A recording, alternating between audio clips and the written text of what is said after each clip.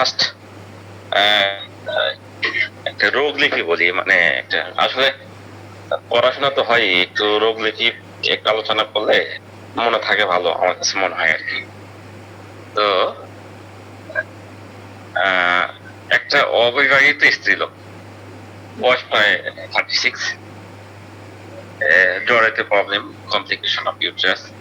হ্যাঁ, অনেকদিন বলতেছে। এরপরে তার একটা সার্জারি করা হয়েছে জ্বরে, কিন্তু তারপরে দেখা যায় যে অনেক ওষুধ বাহ্যিক করছে, ভিতরে অনেক ওষুধ খাইছে, কিন্তু কোনোভাবে সে উপকার হচ্ছে না, ভালো হচ্ছে না। তার এই জ্বরের কমপ্লিকেশনের সাথে প্রচুর পরিমাণ লিউকোরিয়া, জ্বরের সাথে প্রচুর পরিমাণ হচ্ছে সাদা স্রাবের সমস্যা তার।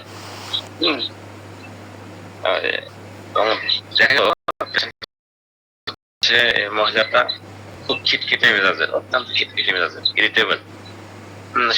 সাংসারিক কাজকর্মে তার মানে উদাসীন, ভালো লাগে না, অলস প্রকৃতির। সে নিজে খাদ্য বলতে রান্না করতে চাইতো না, বাসার পাখির ঘরে রান্না করতে চাইতো না। এবং যখন এই রান্না করতে চাইতো, খাদ্যে মানে খাবারের গন্ধে তার একটা মানে বমি নেবে, বমি বমি ভাব হইতো, ভমিটিং টেন্ডেন্সি, নসি টেন্ডেন্সি আসতো। তার দেখা গেল হিস্ট্রিতে তার একটা কোষ্ঠকাঠিন্য ছিল, অত্যন্ত কোষ্ঠকাঠিন্য। আর একটা হচ্ছে এই যে অ্যাবডোমেনে একটা খালি খালি সেন্সেশন, একটা যে অর্গান সেন্সেশন যাকে বলে, এবং পেশেন্ট খুব দুর্বল। এই পেশেন্টকে যখন আমরা সিপিএ প্রেসক্রিপশন করা হলো, ধীরে ধীরে তার সমস্ত সমস্যাগুলো কেটে গেছে। এটা সেকেন্ড কেস। এটা একটা মানে আনমেরিড মেয়ে, এর বয়স অবশ্য ভালোই ছিল, 38। তার হচ্ছে রাইট পেলভিক রিজিয়নে একটা টিউমার ছিল, রাইট সাইডে পেলভিক রিজিয়নে। সেখানে এই যে ওভারিন টিউমারটা দেখা যাচ্ছে, মানে ডিম্বাশয় তাকে ওভারিন টিউমার বলা হয়। এর ব্যথা হয়তো খুবই যন্ত্রণা হয়তো, যে ব্যথাটা যখন মিনস্ট্রুয়েশন হয়তো, ডিউরিং মিনস্ট্রুয়েশন, তখনই তার যন্ত্রণা প্রচন্ড বৃদ্ধি পায়। তার সাথে তার এই লিউকোরিয়া বা সাদা ছিল, এবং সাদা স্রাবে প্রচুর দুর্গন্ধ ছিল। এর সাথে পায়ে তার একটা মানে ঘামতে পায়, দুর্গন্ধ, লিউকোরিয়া, তার সাথে পায়ে কম। রোগী দেখাতে দিনের পর দিন মানে একদম মানে শুকে যাচ্ছে, রোগা হয়ে যাচ্ছে। হ্যাঁ, এখন এলোপ্যাথিক ডাক্তার দেখাচ্ছে, ডাক্তার বলছে না, এটা একটু সার্জারি করতে হবে, এটা কেটে ফেলতে কোনো হতে নেই। এরপরে সে হোমিওপ্যাথি ট্রিটমেন্ট নেয়। তার এই যে অবস্থা, তার রাইট পেলভিক রিজিয়নে একটা ওভারিন টিউমার, তারপরে হচ্ছে ঋতুস্রাবের সময় তার যন্ত্রণা বৃদ্ধি হয়, এবং দুর্গন্ধ সাদা স্রাব, লিউকোরিয়া যাকে বলে, তার সাথে পায়ে একটা ঘাম থাকে, এবং দিনে শুকে যাচ্ছে। এইসব চিন্তা ভাবনা করে তাকে সিপিএ প্রেসক্রিপশন করা হলো। রোগী আস্তে আস্তে একটা ভালো দিকে এবং আরো লাভ। নাম্বার 3 কেস দেখেন, এটা একজন স্ত্রী, বয়স মোটামুটি 33 আর কি, 3টা সন্তান আছে। তাদের মা। ছোট শিশুটা হওয়ার পর হইতে তার একটা মানে শুষ্ক কাশি, মানে তখন থার্ড বেবিটা হলো, তারপর থেকে তার শুষ্ক কাশি। মেয়েটা দেখতে একটু লম্বা, একটু মনে হচ্ছে লম্বা, মানে পিছনটা চিকন, দেখে মনে একটু পুরুষ পুরুষ ভাব। মেয়েদের মতো যেরকম গোছালো, মানে স্বাস্থ্য ভালো থাকবে, পিছনে একটু মাংস থাকবে, পাশা সাইডে লম্বা থাকতে পারে, কিন্তু ছেলের মতো, মানে ছেলে মানুষের মতো লম্বা গোড়া, একারা, শরীরে মাংস নাই, পাশে মাংস নাই, দেখে পুরুষ পুরুষ লাগে। এবং তার হচ্ছে তার যে স্বাস্থ্য, তার যে অসুস্থতা, তার লিউকোরিয়া আছে, তার সাথে মানে সে খুব বিষণ্ণ টাইপের। এবং ক্রন্দন ভাবন, মানে মাঝে মাঝে কান্নাকা, কিছুটা পালসের মতো, কাদা সব আছে, কাঁদনে সব যাকে বলে। আবার সেও শুকিয়ে যাচ্ছে দিন দিন, খাবারে কোনো রুচি নাই। তার একটা মাথা ব্যথা আছে, দেখা গেল দপদপ করে, মাথা ব্যথাটা দপদপ করে। আর কাশিটা হচ্ছে শুষ্ক টাইপের, এটা দিনের বেলায় বৃদ্ধি পায়, রাত্রিতে তেমন বৃদ্ধি পায়। এই কাশিটা দিনের বেলায়, শুষ্ক কাশি দিনের বেলায় বৃদ্ধি পায়। এটা কিন্তু শুরু হয়েছিল ওই যে তার থার্ড বেবি হলো, তারপর থেকে তার শুষ্ক কাশিটা শুরু হয়েছে। কাশিটা দিনের বেলায় বৃদ্ধি পায়, রাতে তেমন বৃদ্ধি পায় না, রাতে কিছু থাকে না। যখন তার সাদা স্রাব ছিল, তার সাথে মানে সাদা স্রাবও ছিল, প্রচুর সাদা স্রাব, মানে স্রাব অনেক বেশি লিকুইডে যায়। পাশাপাশি তার অত্যন্ত কনস্টিপেশন, মানে কনস্টিপেশন কষ্টকারী না যাকে বলে। এমনকি সময় সময় এমন হইতো যে 1 সপ্তাহ কাটে গেছে তারপর মধ্যে কোনো বেগে নেই, ইচ্ছে নেই। এই পেশেন্টটাকেও যখন সিপি প্রেসক্রিপশন করা হতো, তার সমস্যাটা কিন্তু কেটে গেল, পাশাপাশি তার ওজনও বৃদ্ধি পেতে লাগলো। এই মোটামুটি 3টা কেস। তো এখান থেকে কি পাইলাম আমরা? যে পাইলাম হচ্ছে এই পেশেন্ট গুলো সাধারণত সিপিআর দেখা যায় যে জ্বরে কেন্দ্রিক, ওভারে কেন্দ্রিক প্রবলেম থেকে যায়, তার প্রলাপস টাইপের এরকম একটা কমপ্লেক্সন থাকে। পাশাপাশি তার লিউকেরিয়া একটা হিস্ট্রি পাবেন, লিউকেরিয়া থাকতে পারে, সে দিন দিন শুকিয়ে যাচ্ছে সেটা পাইতে পারেন, সে একটু খিটখিটে মেজাজের সেটা একটা পাইতে পারেন। তার একটা খাবারের গন্ধে একটা তার বমি বমি একটা নৌসে ভাব আসে। এই পেশেন্টে দেখা যায় একটা পেটে একটা অ্যাবডোমিনে খালি খালি সেন্সেশন, খাইলেও যায় না সে, খালি খালি অলগান সেন্সেশন যাকে বলে। এই পেশেন্টে কি হয়, দেখা যায় যে কোষ্ঠকাঠিন্য থাকে, কোষ্ঠকাঠিন্য সিপিআর। হ্যালো, কেউ কিছু বলবেন? আপনার এই ভিডিওটা অন হয়ে গেছিল, কার সেটা হলেন? আচ্ছা ঠিক আছে, অসুবিধা নেই। তাহলে আমরা কি কি এখানে পাইছিলাম বুঝে গেলাম। আচ্ছা হচ্ছে তাহলে কেস অ্যানালাইসিস করতেছি আমরা। এখানে পাইলাম হচ্ছে তার একটা জ্বরায়িত প্রবলেম থাকে সিপিআর পেশেন্টের। অন্যদের থাকতে পারে, বিষয়টা এরকম আছে শুধু সিপিআর এ থাকে, কিন্তু মানে সিপিআর কেন্দ্রিক যেগুলো আমরা পাই সেটা বলছি। তারপরে তার লিউকেরিয়ার একটা হিস্টরি পাইতে পারে, তার মেজাজ একটু খিটখিটে হতে পারে, উদাসীন টাইপের, ইনডিফারেন্স যাকে বলে, অলস প্রকৃতির। তার খাদ্যদ্রব্য দেখবেন যে পাক বাড়ে গেছে, খাদ্যদ্রব্য বমি বমি হয়। তার একটা কোষ্ঠকাঠিন্য থাকে, একটা কনস্টিপেশন টেন্ডেন্সি থাকে, তারা একটা নিম্ন অ্যাবডোমেনে দেখা যাচ্ছে খালি খালি টেন্ডেন্সি থাকে। আচ্ছা, রাইট সাইডে পেলভিক রিজনের টিউমার হতে পারে। তারপরে দেখা যায় এই যে লিউকেরিয়া যেটা হয় সেটা অনেক সময় দুর্গন্ধ টাইপের, পায়ে ঘাম থাকে, এবং যখন মিস্টেশন হয় তখন তার অনেক ব্যথা হয়, যদিও মানে সিপিআর এগুলো পাওয়া যায়। আর একটা যেটা পাওয়া গেল দিনের বেলায়, একটা তার হচ্ছে এই দিনের বেলা তার সমস্যা কিন্তু বেশি বাড়ে, সন্ধ্যার সময় তেমন বিকাল বেলায় সন্ধ্যা বেলায় তার সমস্যা কিন্তু বেশি বাড়ে, রাতের বেলা তেমন সমস্যা থাকে না। যেমন কাশি শুষ্ক কাশি পেশেন্টটা কি হলো, দিবসে বৃদ্ধি পায়, দিনের বেলায় বৃদ্ধি পায়, রাতে কিছু থাকে না, সাথে প্রচুর সাদা সাপ, কোষ্ঠকাঠিন্য, এমনকি সপ্তাহ যাচ্ছে তাও তারপর বেগে আসতেছে না। এরকম হিস্ট্রি নিয়ে আমাদের এই সিপিআর। তো ওই টেস্টিং বললাম, এখন আমরা একটু পড়ালেখার দিকে যাই। আজকে জীবিক ইউনিট দিয়ে শুরু করি, জীবিক ইউনিট দিয়ে শুরু করি। দেখি আল্লাহ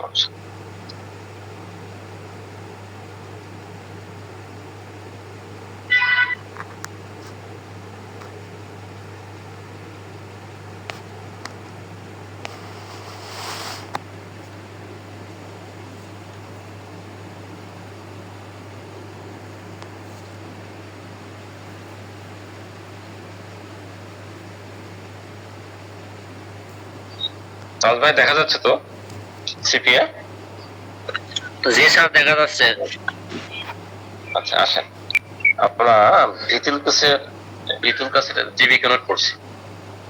আমার কাছে মনে হয়েছে সিপিআর জীবিক ইউনিট যা কিছু আছে এটা আমার খুব ইম্পর্টেন্ট মনে হয়েছে, এবং এই কিনোটটা মনে রাখতে পারলে আমাদের মোটামুটি ভালো একটা ধারণা হয়ে যাবে সিপিআর। তো দেখেন দেখেন কি লিখছে, the word to describe CPR stagnation, মানে সিপিআর যদি এক কথায় বলা হয় সেটা একটা মন্থর স্টোরিটা এরকম একটা থাকে মন্থর। সেটা কি কি পরে আমরা দেখতেছি, the emotion are still and stagnant, তার আবেগটা আবেগ থেমে গেছে, মন্থর হয়ে গেছে, উৎসাহ উদ্দীপনা ভাবে নাই। There is an indifference and detachment which lead to the characteristic aversion to passion, তারপরে irritability towards the husband and the aversion to the family, মানে তার এই যে এমন আবেগটা থেমে গেছে, একটা উদাসীন ভাব, মানে সে ফ্যামিলি থেকে মানে আলাদা, তার সাথে একটা লিড দেখিয়ে পড়াশোনার প্রতি তার একটা মেলামেশা, একটা অ্যাভারশন থাকে, অনিচ্ছা থাকে, খিটখিটে মেজাজ, হাজবেন্ডের প্রতি একটা অনিচ্ছা থাকে, তার অ্যাভারশন টু ফ্যামিলি, তার ফ্যামিলির প্রতি একটা অনিচ্ছা ভাব, উদাসীন ভাব থাকে। Physical exertion and dancing seem to stimulate the passion. দেখেন ফিজিক্যাল সিমটম গুলো অনেক সময় পরিশ্রম করলে বা নাচানাচি করলে কিন্তু ভালো থাকে, একটু ভালো লাগে, স্টিমুলেট হয়। The leukorrhea and the aversion to sex, the main characteristics on the physical level. আর দৈহিক লেভেলে দেখা যায় তার লিউকোরিয়া এবং হচ্ছে অ্যাভারশন মানে সেক্সের প্রতি একটা অনিচ্ছা ভাব, এটা একটা লিড দেয় একটা চরিত্রগত সিমটম একটা দৈহিক লেভেলে, লিউকোরিয়া এবং সেক্সের প্রতি অ্যাভারশন অনিচ্ছা।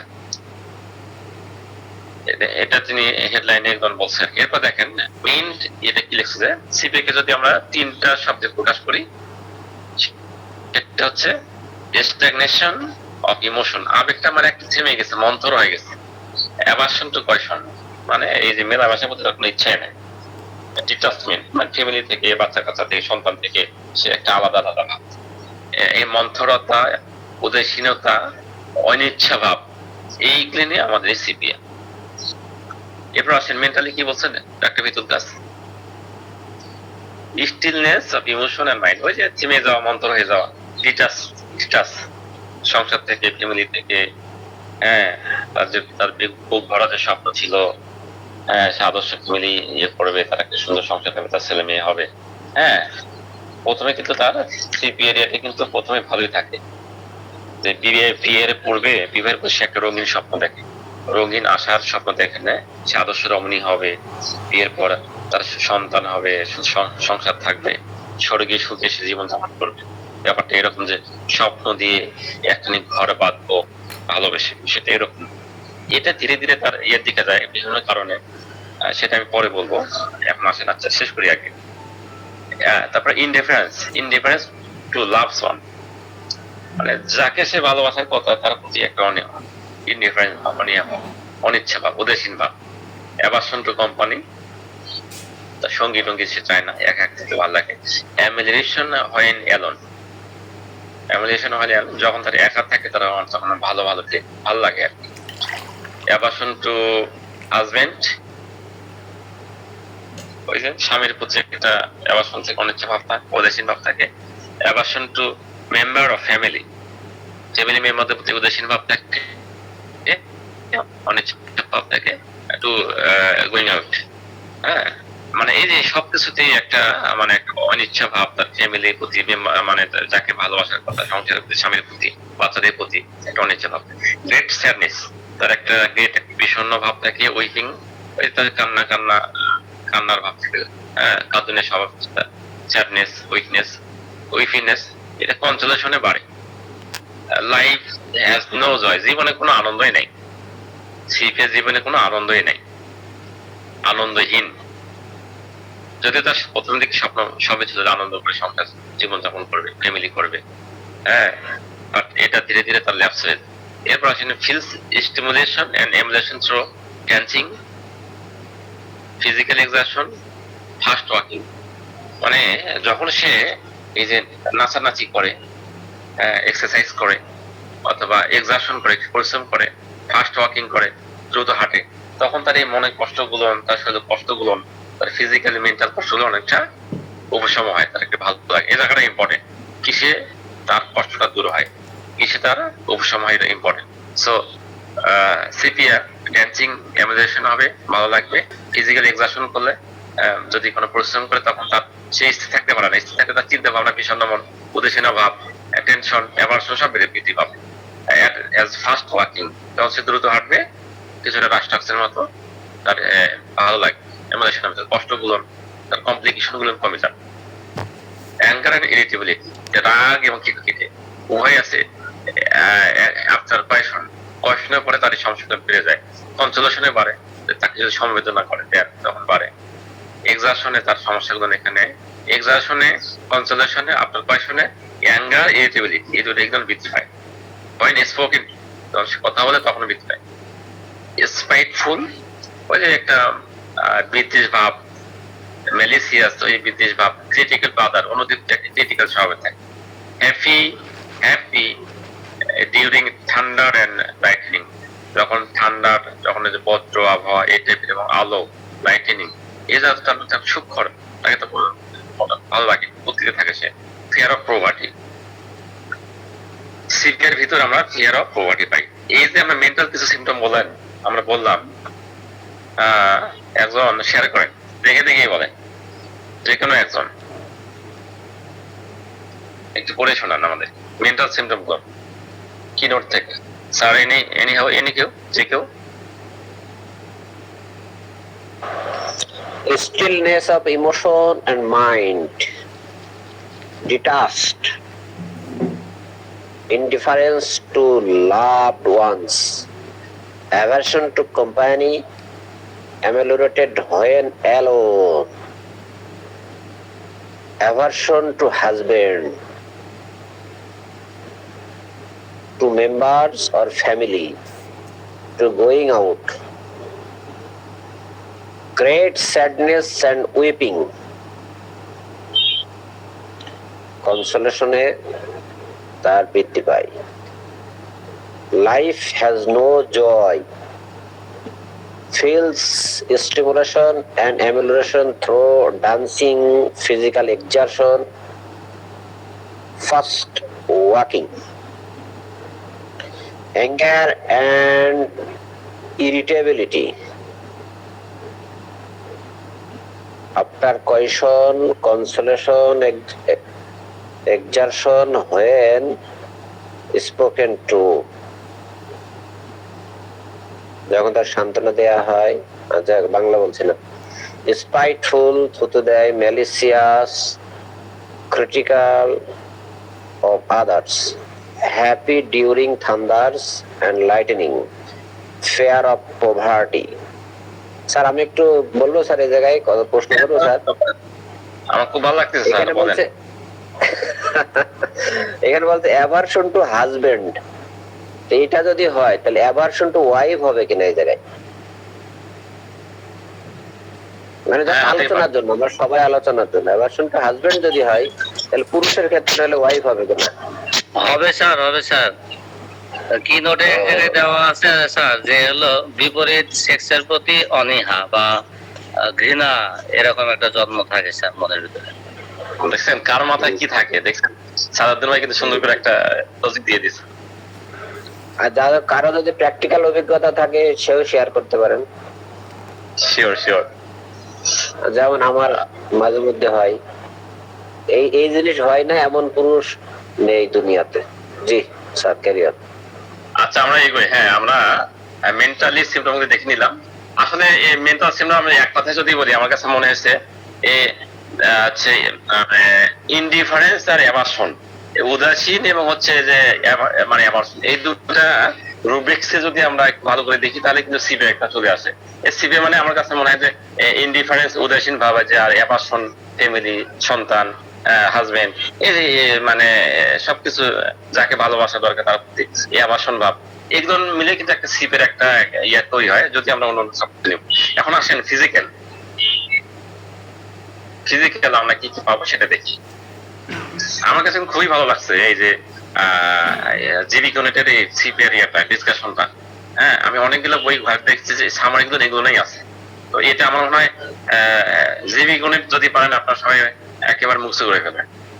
মানে এরপরে আপনি অন্যান্য সকল বই পড়বেন, তবে এটা পড়বেনই আপনার, যেহেতু সহজ করে অল্প কিছু লাইন দিয়ে বিষয়গুলো তুলে নিয়ে এসছে আমাদের বিজুকা স্যার। সো এটা কিন্তু আপনার চোখ বোঝাতেই পারেন।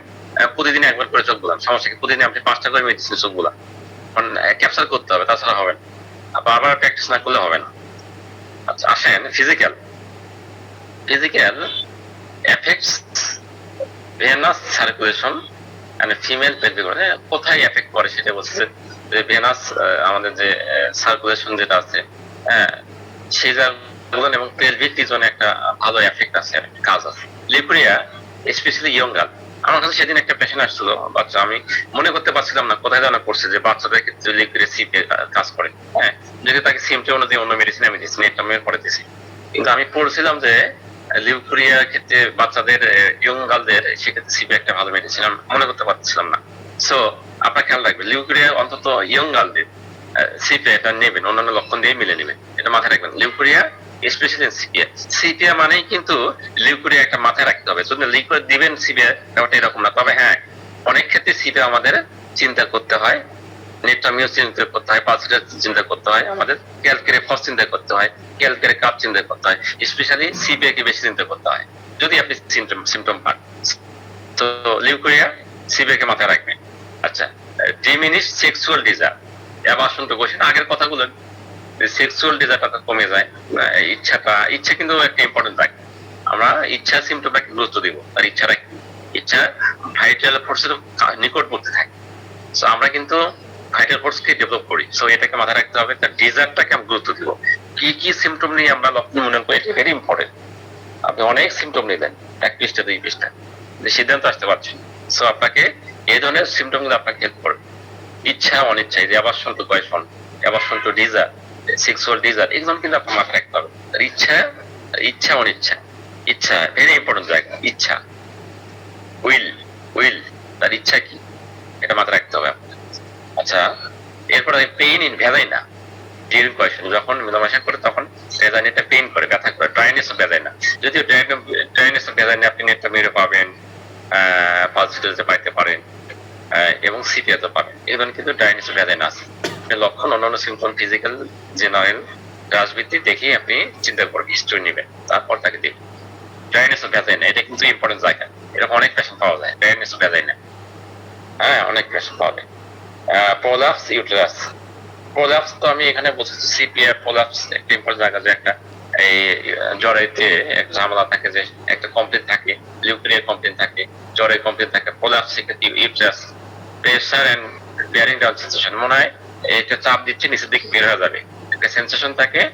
প্রোলাপসে ইউটেরাসে হতে পারে যে মনে হচ্ছে একটা পেশাব দিচ্ছে, মানে সামনের দিকে বের হয়ে যাবে, as if everything will protrude from pelvis, as standing এর একটা বৃদ্ধি পায়, দাঁড়ালে বৃদ্ধি পায়, এর ক্রসিং লেগ। এরকম অনেক পেশেন্ট আসে, দেখবেন যে মহিলা পেশেন্ট হতে 2 পা, 1 পা আরেক পায়ের উপর দিয়ে বসে আছে, কারণ তার যে পেলভিক রিজনে তার একটা সাব সেন্সেশন হয়, একটা মানে একটা গ্যারিং সেন্সেশন হয়, যে নিচের দিকে বের হয়ে যায়, এই জন্য সে একটা পা আরেকটা দিয়ে ক্রস করে থাকে, ক্রস লেগ।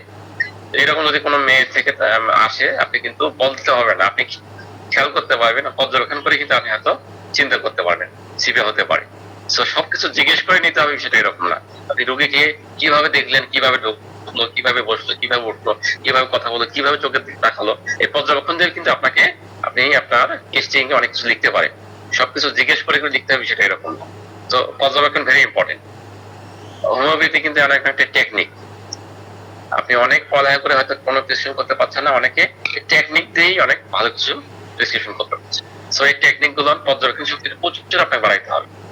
চোখ খোলা রাখতে হবে, কান খোলা রাখতে হবে, নাক খোলা রাখতে হবে, গন্ধ পাচ্ছেন কিনা। এবার ঢোকার সঙ্গে সঙ্গে মুখে গন্ধ পাচ্ছেন, হ্যাঁ, তখন না স্বাভাবিকভাবে আপনি মাস্ক কথা মনে আসতেই পারে, এবার আপনার খেয়াল করতে হবে। দেখেই উস্কু চেহারা, হ্যাঁ, ময়লাটা আটকি, সেক্ষেত্রে সালবাস হয়ে মতো হতেই পারে, চিন্তা করতেই পারে। এইগুলো আপনাকে অনেক পেশেন্ট আসছে, সুন্দর করে আসছে, চেহারাটা দেখবেন শার্টটা ইন করে, মানে আসছে বেল্টটা ইন করে আসছে, মাথা চুলটা গোছানো, হ্যাঁ, সুন্দর চেহারা, স্মার্ট, মানে একদম চকচকা স্মার্ট লোক হয়, সেক্ষেত্রে আপনি আর্সেনিককে চিন্তা করতেই পারেন। এগুলো আপনাকে পর্যবেক্ষণ দিয়ে মাথায় নিয়ে আসতে হবে। সব সিমটম 2 পাতা 3 পাতা নেবেন, নিতে পারেন, কিন্তু আপনাকে এগুলো মৌলিক বিষয়গুলো মাথায় রাখতে হবে। একটা ছোট্ট একটা ডিসিশন নিয়ে কিন্তু পর্যবেক্ষণ দিয়ে আপনি চিন্তা করতে পারেন। একটা বাচ্চা দেখবেন যে এক পেশেন্ট আসছে, আর বাচ্চাকে সাথে বাচ্চা আছে, পেশেন্টটা দেখেছে বাচ্চাকে খুব আদর করতেছে, চকলেট খাওয়াচ্ছে। তার মানে কি? তার মানে হচ্ছে ওই পেশেন্টটা মানে খুব, মানে কি বলবো এটাকে, ওই কিছুটা পজিটিভের মতো, কিনা আমাদের খুব তার আদর ভালোবাসা আদরই, হ্যাঁ, দেখবেন সে আদর পছন্দ করে। এবং পজিটিভ পেশেন্টরাও কিন্তু আদর করতেও ভালো লাগে। বাচ্চার জন্য সে একটা ব্যাগের ভিতরে একটা চকলেট নিয়ে বেড়াবে, একটা ফুল নিয়ে বেড়াবে, হ্যাঁ, বাচ্চাকে দেখলে মানে চুমো দিবে, বাচ্চাকে নিলে আদর করবে, সে কিন্তু পজিটিভ হতেই পারে। এটা কিন্তু আপনার মাথায় নিতে হবে, এসব মাথায় নিয়ে আপনি টেস্টিং করবেন। এরপরে পালসিটিলে যদি চিন্তা করেন, তাহলে পালসিটিলে অন্যান্য কি লক্ষণ আছে সেগুলো আপনি হিস্ট্রি থেকে নেওয়ার চেষ্টা করবেন, দেখবেন একটা গুড প্রেসক্রিপশন আপনি করতে পারেন। কিন্তু খেয়াল রাখতে হবে। কোথায় অনেক ছিলাম, এরপর আসেন ball sensation in a part, একটা ভিতরে পার্টে একটা বল সেন্সেশন, হ্যাঁ, একটা থাকবে। Crack in middle of lower lip, ওই যে মানে লিপে যে আমাদের ঠোঁট আছে মাঝখান ফেটে যায়, এটা অন্য নেটটা মিউরো আছে, রাফ্লাক্সও আছে, হ্যাঁ, কিন্তু আপনি সিপিএ হলে সিপিএ দিবেন, দেখে শুনে দিবেন। Fever register on lips, SM মানে একটা জটটা হয় লিপসের ভিতরে ঠোঁটে, সিপিএ। সেন্সেশন অফ এমটিনেস, খালি খালি ভাব, all gone feeling in the stomach, স্টোমাকের ভিতর একটা একটা খালি খালি ভাব, খাইলেও সেটা যায় না। ইটিং ইটিং খাইলেও তার কোনো এই অর্গান সেন্সেশনটা যায় না, একটা খালি খালি ভাব থাকে। নৌশিয়া ডিউরিং প্রেগনেন্সি, যখন প্রেগনেন্সির সময় দেখা যায় একটা বমি ভাব, নৌশিয়া ভাব থাকে, সেক্ষেত্রে কিন্তু আমরা সিপিএকে চিন্তা করতে পারি। Calling of hair, calling of hair দেখা যাচ্ছে যে একটা চুল পড়ে যায় অনেক সময়, অনেক সময় কিন্তু মেয়েদের একটা বাচ্চা কাচ্চা হয়ে যাওয়ার পর অনেক চুল পড়ে যায়, এইটা চুল পড়ে যাওয়া, গোসা গোসা চুল পড়ে যায়, এগুলো কিন্তু সিপিএতে আছে। ইনভলন্টারি ইউরিনেশন হয় যখন হাসে, হাসে যখন, তখন মানে অসারে প্রসাব হয়ে যায়। বিশেষ করে মেনোপজ পিরিয়ডে অথবা বয়স্ক মহিলাদের ক্ষেত্রে এরকম কিন্তু আপনারা পেতে পারেন যে হাসলে রোগী আসবে ডাক্তার সাহেব, একটু হাসলে একটু নড়াচড়া করলে দেখেন না আমার প্রসাব হয়ে যায়, হ্যাঁ, প্রসাব আটকে রাখতে পারে না। Yellow discolouration of the face, yellow discolouration of the face, একটা ফেসের ভিতরে একটা হলুদ হলুদ ভাব থাকে, একটা ফলা ফলা ভাব থাকে। Yellow saddle across upper part of the cheeks, এই সিক্স এক দেখবেন যে ঘোড়ার জিনের মতো দাগ করে, হ্যাঁ, কিছুটা রাউন্ড টাইপের। টেন্ডেন্সি টু অ্যাবর্শন, সিপিএদের ক্ষেত্রে অ্যাবর্শন হওয়ার, বাচ্চা নষ্ট হয়ে যাওয়ার টেন্ডেন্সি থাকে। এটা অনেক দেখা যায় ফার্স্ট ট্রাইমেস্টারে অনেক সময় হয়ে যেতে পারে, অনেক সময় যেতে পারে। এই টেন্ডেন্সি কিন্তু এই অ্যাবর্শনের টেন্ডেন্সি সিপিএতে আছে। এবং বন্ধ্যত্ব রোগীদের ক্ষেত্রে একটা গুড মেডিসিন কিন্তু সিপিএ, মাথায় একটা বোরাক সিপে মাথায় একটা মেডোনিনাম। হেডেক, মাথা ব্যথা আসেন, মাথায় ব্যথা ওভার দা লেফট আই, বাম চোখের উপরে তারা এই মাথা ব্যথার একটা অংশ থাকবে বাম চোখের উপরে, এবং মোশনে তার এটা ভালো লাগে। সিপে কিন্তু ড্যান্সিং, এক্সারশন, মোশন এখানে কিন্তু তার ভালো লাগে। Faints easily, faint easily when kneeling, যখন সামনে থেকে নতজানি হয়, বিশেষ করে যখন নামাজ পড়তে গেলে যখন নত সামনে থেকে ঝুঁকলে, হ্যাঁ, তখন তাকে অনেক সময় অজ্ঞান হয়ে যেতে পারে, ক্যালসিয়াম হতে পারে উইথ হিট অ্যান্ড ডাকবোর্ড। প্রথমে গরম পরে ঠান্ডা হতে পারে। এই যে ফিজিক্যাল ফিজিক্যাল যে সিমটম গুলো বললাম, অন্য একজন এখন বলবেন, জোরদের ভাই না, অন্য একজন বলেন কাইন্ডলি সিপি এর ফিজিক্যাল ফিজিক্যাল লক্ষণ।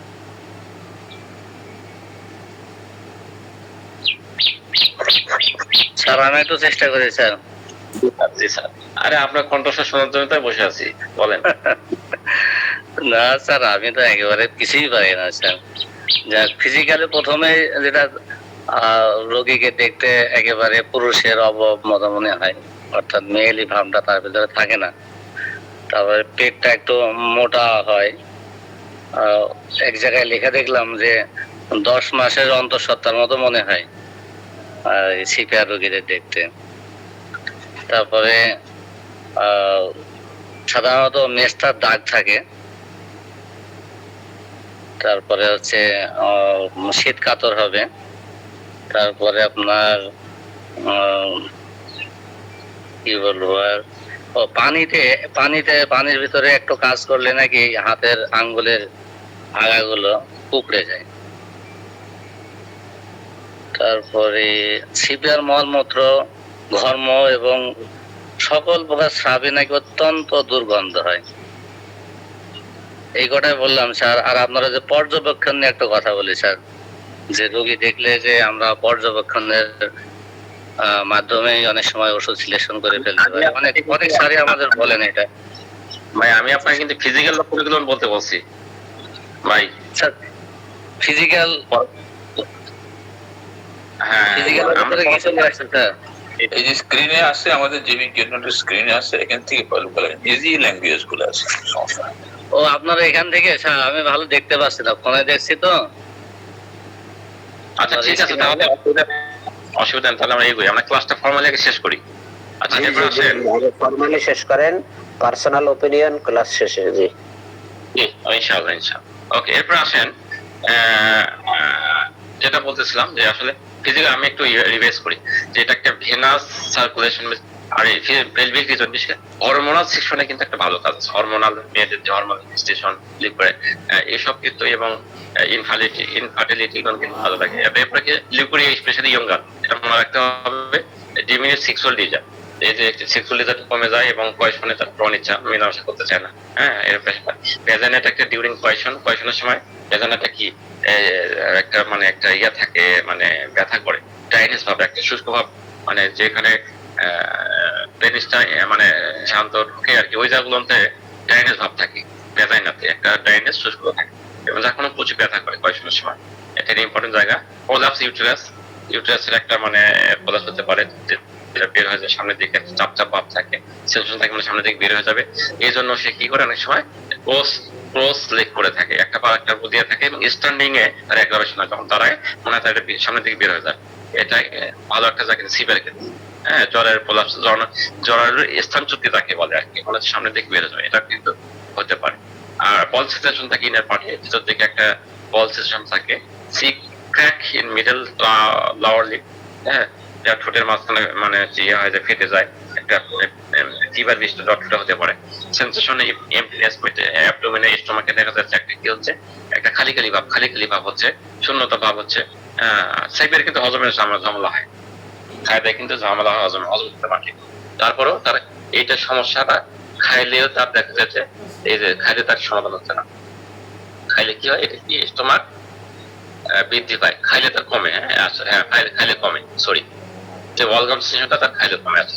নৌশিয়া ডিউরিং প্রেগনেন্সি, মানে যখন প্রেগনেন্সি পিরিয়ড থাকে তার একটা বমি ভাব থাকে, সেক্ষেত্রে সিপিআকে চিন্তা করতে পারে। কলিং অফ হেয়ার, চুল পড়ে যায়, গোসল পড়ে যায়, স্পেশালি দেখা যায় যখন তাদের যদি বাচ্চা বেশি হয়। হ্যাঁ, এরপরে কিন্তু অনেক সময় দেখেন মেয়েদের চুল মাথা থেকে চুল পড়ে যায়। ইনভলান্টারি ইউরিনেশন বলেছিলাম যে হাসতেছে তার প্রস্রাব বের হয়ে যায়, অসারে প্রস্রাব বের হয়ে যাচ্ছে, এবং ইউলো ডিসকালেশন, মুখে হলুদ ভাব থাকে, চোখে হলুদ ভাব থাকে, হ্যাঁ, জন্ডিস ভাব থাকে, এবং হচ্ছে যে saddle across, yellow saddle across upper part of the cheek neck, ওরা দিনের মতো অবস্থা, নাকি এরকম একটা হলুদ দাগ করে। অনেক সময় এইরকম ক্ষেত্রে মেস্তা হতেও পারে, সে মেস্তা গেলে কিন্তু রাউন্ড টাইপের হয়, অনেক সময় হলুদ টাইপের হয়। টেন্ডেন্সি টু অ্যাবর্শন, সিপিএদের একটা বাচ্চা নষ্ট হয়ে যাওয়ার একটা টেন্ডেন্সি থাকে অন্তত ফার্স্ট ট্রাইমেস্টারে। হ্যাঁ, এবং মাথা ব্যথা চোখের উপরে লেফট সাইডে হয়, যেটা কিনা মোশন করলে তার একটু ভালো লাগে, নড়াচড়া করলে ভালো লাগে। সিপিআর, ড্যান্সিং, এক্সারশন, মোশন, এটা তার কিন্তু অনেক সময় অ্যামুলেশন হয়। ফেন্টস সহজে অজ্ঞান হয়ে যায়, সামনে যখন ঝুঁকিয়ে পড়ে, যখন নামাজ পড়তে ধরে বা অন্য কোনো কাজে সামনের দিকে ঝোঁকে, তখন সে একটা মানে জ্ঞান হারিয়ে যায় বা টেনশন হতে পারে। উইথ তার সাথে কি হিট গরম হতে পারে, তারপর ঠান্ডা লাগতে পারে। মরালিটিসে কখন বাড়ে কখন কমে, very important, very aggravation, cold বাড়ে। সিপিএ যে শীতকাতরে চিলি পেশেন্ট, চিলি রোগী, কিন্তু চিলি মানে শীতকাতর সিপিএ শীতকাতর মনে রাখতে হবে। কোল্ডে বাড়ে যখন ঠান্ডা জায়গা, ঠান্ডা কোনো প্লেসে যদি প্রবেশ করে এবং ঠান্ডা লাগে, ঠান্ডা মানে গোসল করে, কোল্ড বাথিং, কোল্ড ওয়াইন, মানে ঠান্ডাতে গোসল করা, ঠান্ডা বাতাস লাগা, ঠান্ডা করে প্রবেশ করা, এইগুলো তার সমস্যা বাড়বে শীতকাতর। আপনার সেক্সুয়াল এক্সিস দেখা যায় যে সিপিএ তো প্রথম জীবনে যখন সংসার আসে তখন একটা স্বপ্ন থাকে, সুখের ঘর বাঁধবে, স্বামী থাকবে, সংসার থাকবে, কিন্তু দেখা যায় যে অনেক সময় দেখবেন যে ওই মেয়ের তুলনায় স্বামীর চেহারা স্রোত এবং স্বামীর মানে থলথলের চেহারা স্বাস্থ্য ব্যক্তি, এরকম কারণে দেখবেন স্বামীর অনেক সময় এক্সিস সেক্স করতে চায়, এরকম এক্সিস সেক্স করলে কিন্তু ধীরে ধীরে সিপিএল তার যে শরীরের ভারত্ব কিন্তু কমে যায় এবং ধীরে ধীরে সে কিন্তু অসুস্থ থেকে চলে যায়। এটা একটা রিজন। সো এটা এক্সেস হলে তার সমস্যা একটা বেশি নয়। আপনার কয়শন বেশি কিন্তু আমার সাথে যদি করে ওই ধরনের স্বামী স্বাস্থ্য বলে তারা বেশি সেক্স করতে চায়, কিন্তু সিপিআর পেশেন্ট ওই রকম অ্যাবেল না, সে তো তারা ফিজিক্যালি কিন্তু সাপোর্ট ওইভাবে করে না, তার কারণে তার একটা দুর্বলতা, শুকিয়ে যায়, অসুস্থ ভাব চলে আসে। প্রেগনেন্সি সমস্যা বাড়ে, মর্নিং এ বাড়ে, ইভিনিং এ বাড়ে, ঘামের পরে বাড়ে। আমরা কিন্তু একটা কেস্টিং এ বলেছিলাম যে তার ঘামের একটা ব্যাপার আছে। নিলিং, যখন নতজানি হয় সামনের দিকে, তখন স্টপিং হয়, তখন তার সমস্যা করে। লস অফ ওয়েট, তার অতিরিক্ত লিকুইড হয়েছে, তারপরে সাদা স্রাব হয়েছে অথবা মিস্টেশন আছে, এসবের হিস্ট্রিতে কিন্তু ধীরে ধীরে সিপিএতে কনভার্ট হতে পারে। লেফট সাইডে তার সমস্যা বাড়ে। সিসোরে, সমুদ্রের তীরে বাড়ে, কিছুটা মেডিটেরিয়ান সিসোরে তার অ্যাগ্রাভেশন হয় 2টা থেকে 4টা, বিশেষ করে দুপুর 2টা থেকে 4টা, এই সময় অ্যাগ্রাভেশন হয়। দিনের বেলায় বেশি অ্যাগ্রাভেশন হয় সিগারেট খেতে, সন্ধ্যা পর্যন্ত, রাতের বেলা সিগারেট তেমন কোনো সমস্যা হয় না। অ্যাগ্রাভেশন আমি পাইলাম। কিভাবে এখন উপশম হবে তার সমগ্র সিপিএ ভালো লাগবে কিভাবে?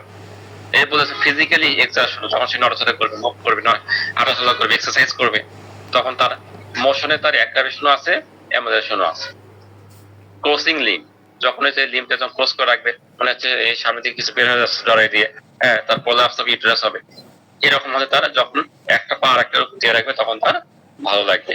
ওয়াম, ওয়াম মানে গরমে তার সময় হয়, পেটের গরমে যদি গরম কিছু প্রয়োগ করা হয়, অ্যাপ্লিকেশন করা হয়, হ্যাঁ, গরম সেকা দেওয়া হয়, তখন তার সমস্যা বাড়বে। যেহেতু শীতকাল, স্বাভাবিক বয়সে গরম সেকা, গরম বেড তার কাছে ভালো লাগবে, গরম বিছানা ভালো লাগবে।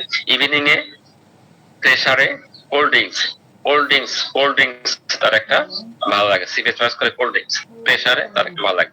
Dessert, vinegar, sweet and alcohol, vinegar, sweet and alcohol, এর মধ্যে স্পেশালি আমরা কমন যদি চিন্তা করি সুইট, সুইটের প্রতি ভালো ডিজার্ট থাকে, অ্যালকোহল ভিনেগারের প্রতি ডিজার্ট থাকে। Dessert, dessert for sweet, dessert for sweet, sepia, sepia dessert for sweet, এটা খেয়াল রাখবেন। অ্যাভারশন, খাবার দাবারের ভিতরে আমরা নিয়ে থাকি, এটা যেহেতু আমাদের লাগে, মিট, স্মেল অফ ফুড, একদম মানে মাংস সে চুজ করে না, পছন্দ হয় না, স্মেল অফ ফুড, হ্যাঁ, মানে খাবারের গন্ধ, যে রান্না করতে যায় তার গন্ধ সহ্য হয় না। সল্ট, হ্যাঁ, লবণ তার অপছন্দ। ব্রেড, ফ্যাট অপছন্দ, ব্রেড মানে রুটি, এগুলো আবার তার হচ্ছে অ্যাভারশন থাকে। স্পেশালি সুইটের উপর একটা ডিজার্ট থাকে। সিলি থার্স্টেস, লেফট সাইডে কাজ করে সাইকোটিক সিবিলিটি। দেখেন সিপের ক্ষেত্রে কিন্তু সিপের ক্ষেত্রে কিন্তু নেকটামিওর কমপ্লিমেন্টারি মেডিসিন, নাক্স ভূমিকা মানে ফসফরাস, লাইকোভিটামিন এগুলো কিন্তু পর্যায়ক্রমে আসতে পারে। সিপের পরে কিন্তু নেকটামিওর কনভার্ট হতে পারে, নেকটামিওর অথবা সিপে থেকে নাক্স ভূমিকা হতে পারে, অথবা সিপে থেকে ফসফরাস হতে পারে, সিপিএ থেকে লাইকো যেতে পারে। এই ধরনের লক্ষণ কিন্তু আপনাকে দেখে নিতে হবে। যেহেতু আপনি সিপিএর পরবর্তীতে সিপিএ দিয়ে কাজ কিছু পাইছেন, কিছু হয় নাই, সেক্ষেত্রে পরবর্তী নেকটামিওর চিন্তা করতে পারেন। কিন্তু যদি যখন পেশেন্টটা নেকটামিওর লক্ষণে থাকে, নেকটামিওর সিপের পার্থক্য কি?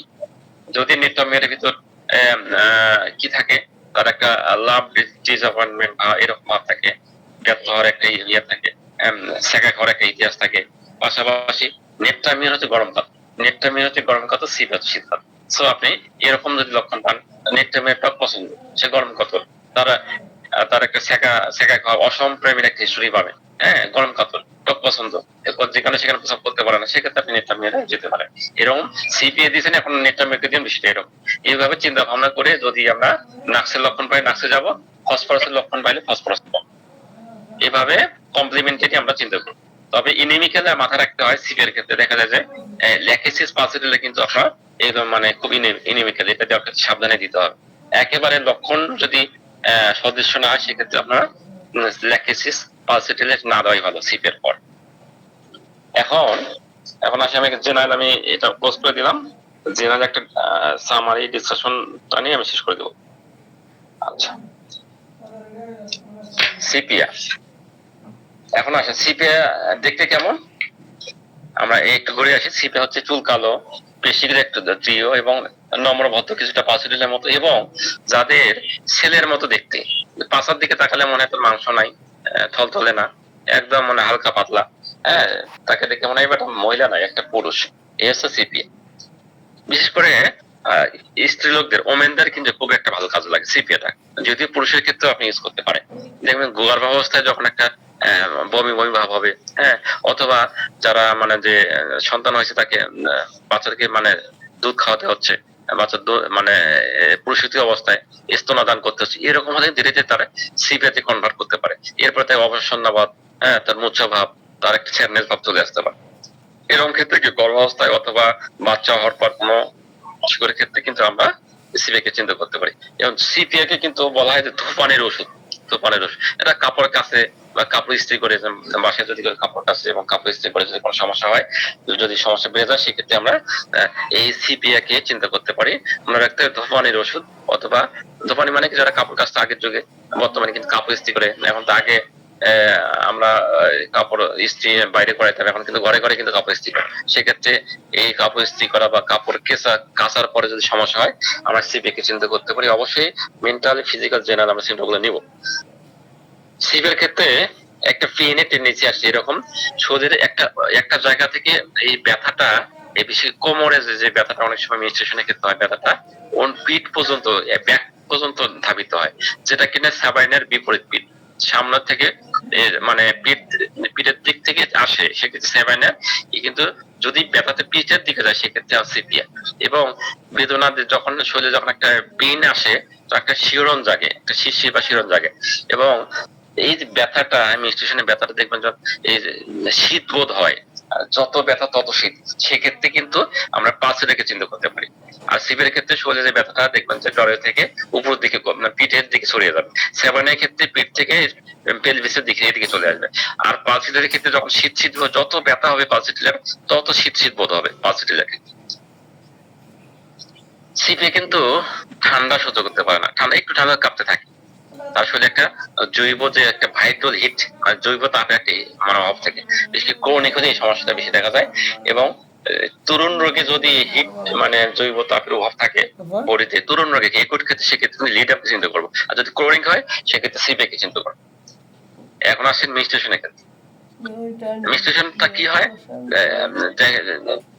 ঋতুস্রাব মানে গর্ভাবস্থায়, এবং যখন হচ্ছে সে বাচ্চাদেরকে স্তন দেয়, হ্যাঁ, দেহের কোথাও ভিতরে একটা একটা মানে একটা গোলা থাকে, একটা বল সেন্সেশন থাকে, এর কোনো অনুভূতি থাকে, ওই সাথে থাকতে পারে তার কোষ্ঠবদ্ধতা, হ্যাঁ, উদ্রাময়, অসরক, শ্বেত প্রদর মানে মাসিক যেটা লিকুরিয়া বলে, জ্বরের বিভিন্ন টাইপের কমপ্লেন, তার সাথে ঋতুকালে এবং তার যে মানে বাচ্চাদেরকে দুধ পান করে এরকম ভাব, এরকম সিচুয়েশন, তার সাথে দেখবেন একটা ভিতরে একটা ইনারে ভিতরে একটা গোল গোল সিচুয়েশন থাকে, তার সাথে আমি কোষ্ঠবদ্ধতাই, উদ্রাময়, অসরক, পাইছে এরকম ক্ষেত্রে, এবং জ্বরের কমপ্লিকেশন, লিকুরের কমপ্লিকেশন, সেক্ষেত্রে আমরা সিপিআইকে চিন্তা করতে পারি।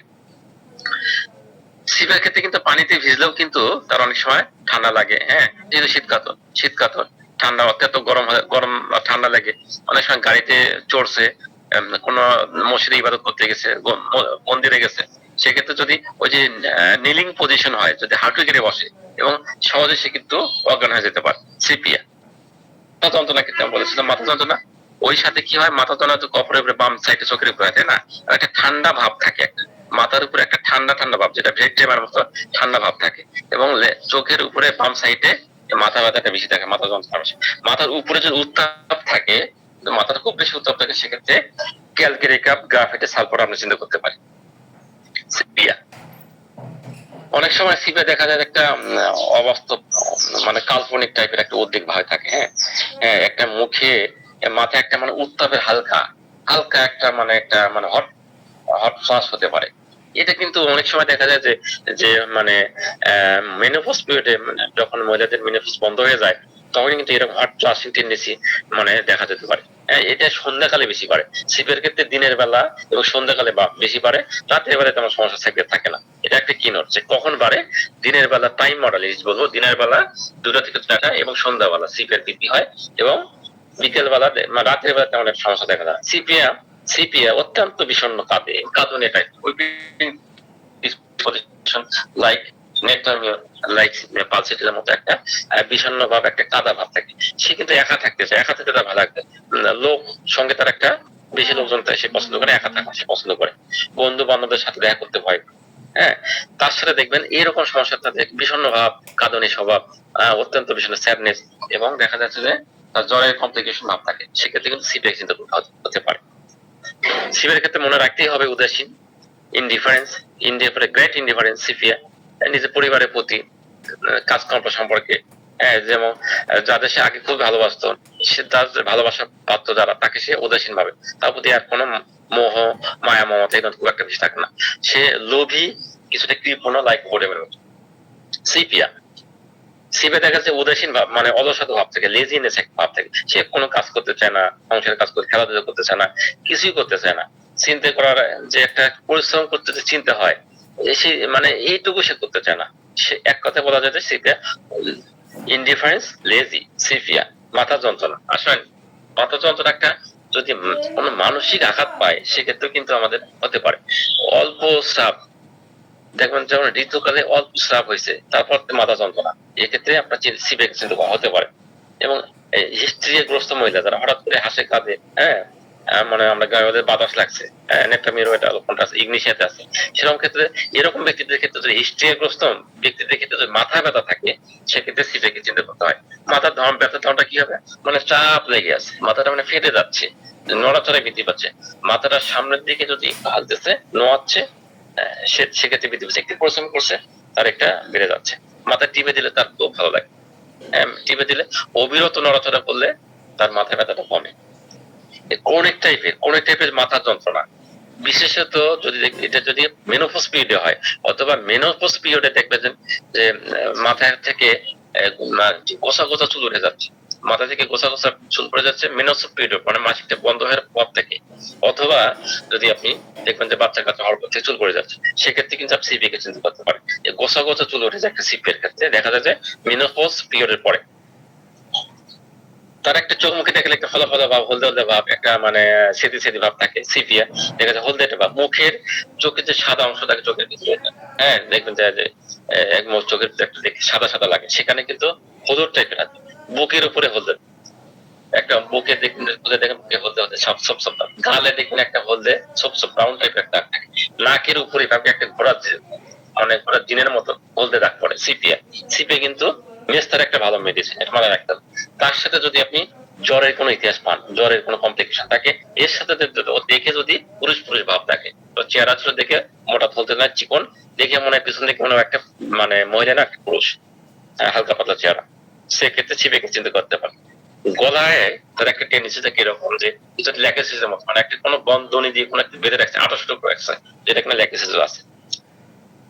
এরপর আসেন সিপিএ ক্ষেত্রে দেখবেন যে দেহের উপরের দিকে জায়গায় জায়গায় উপর সাইডে মানে আপার এক্সট্রিমিটিসে দেখবেন গোল গোল চাকা চাকার মতো দেখায়, যাকে বলে ওই যে মানে রিং রোম বলি না, দাঁত হয়, দাউদ যাকে বলে, এরকম কিন্তু হতে পারে।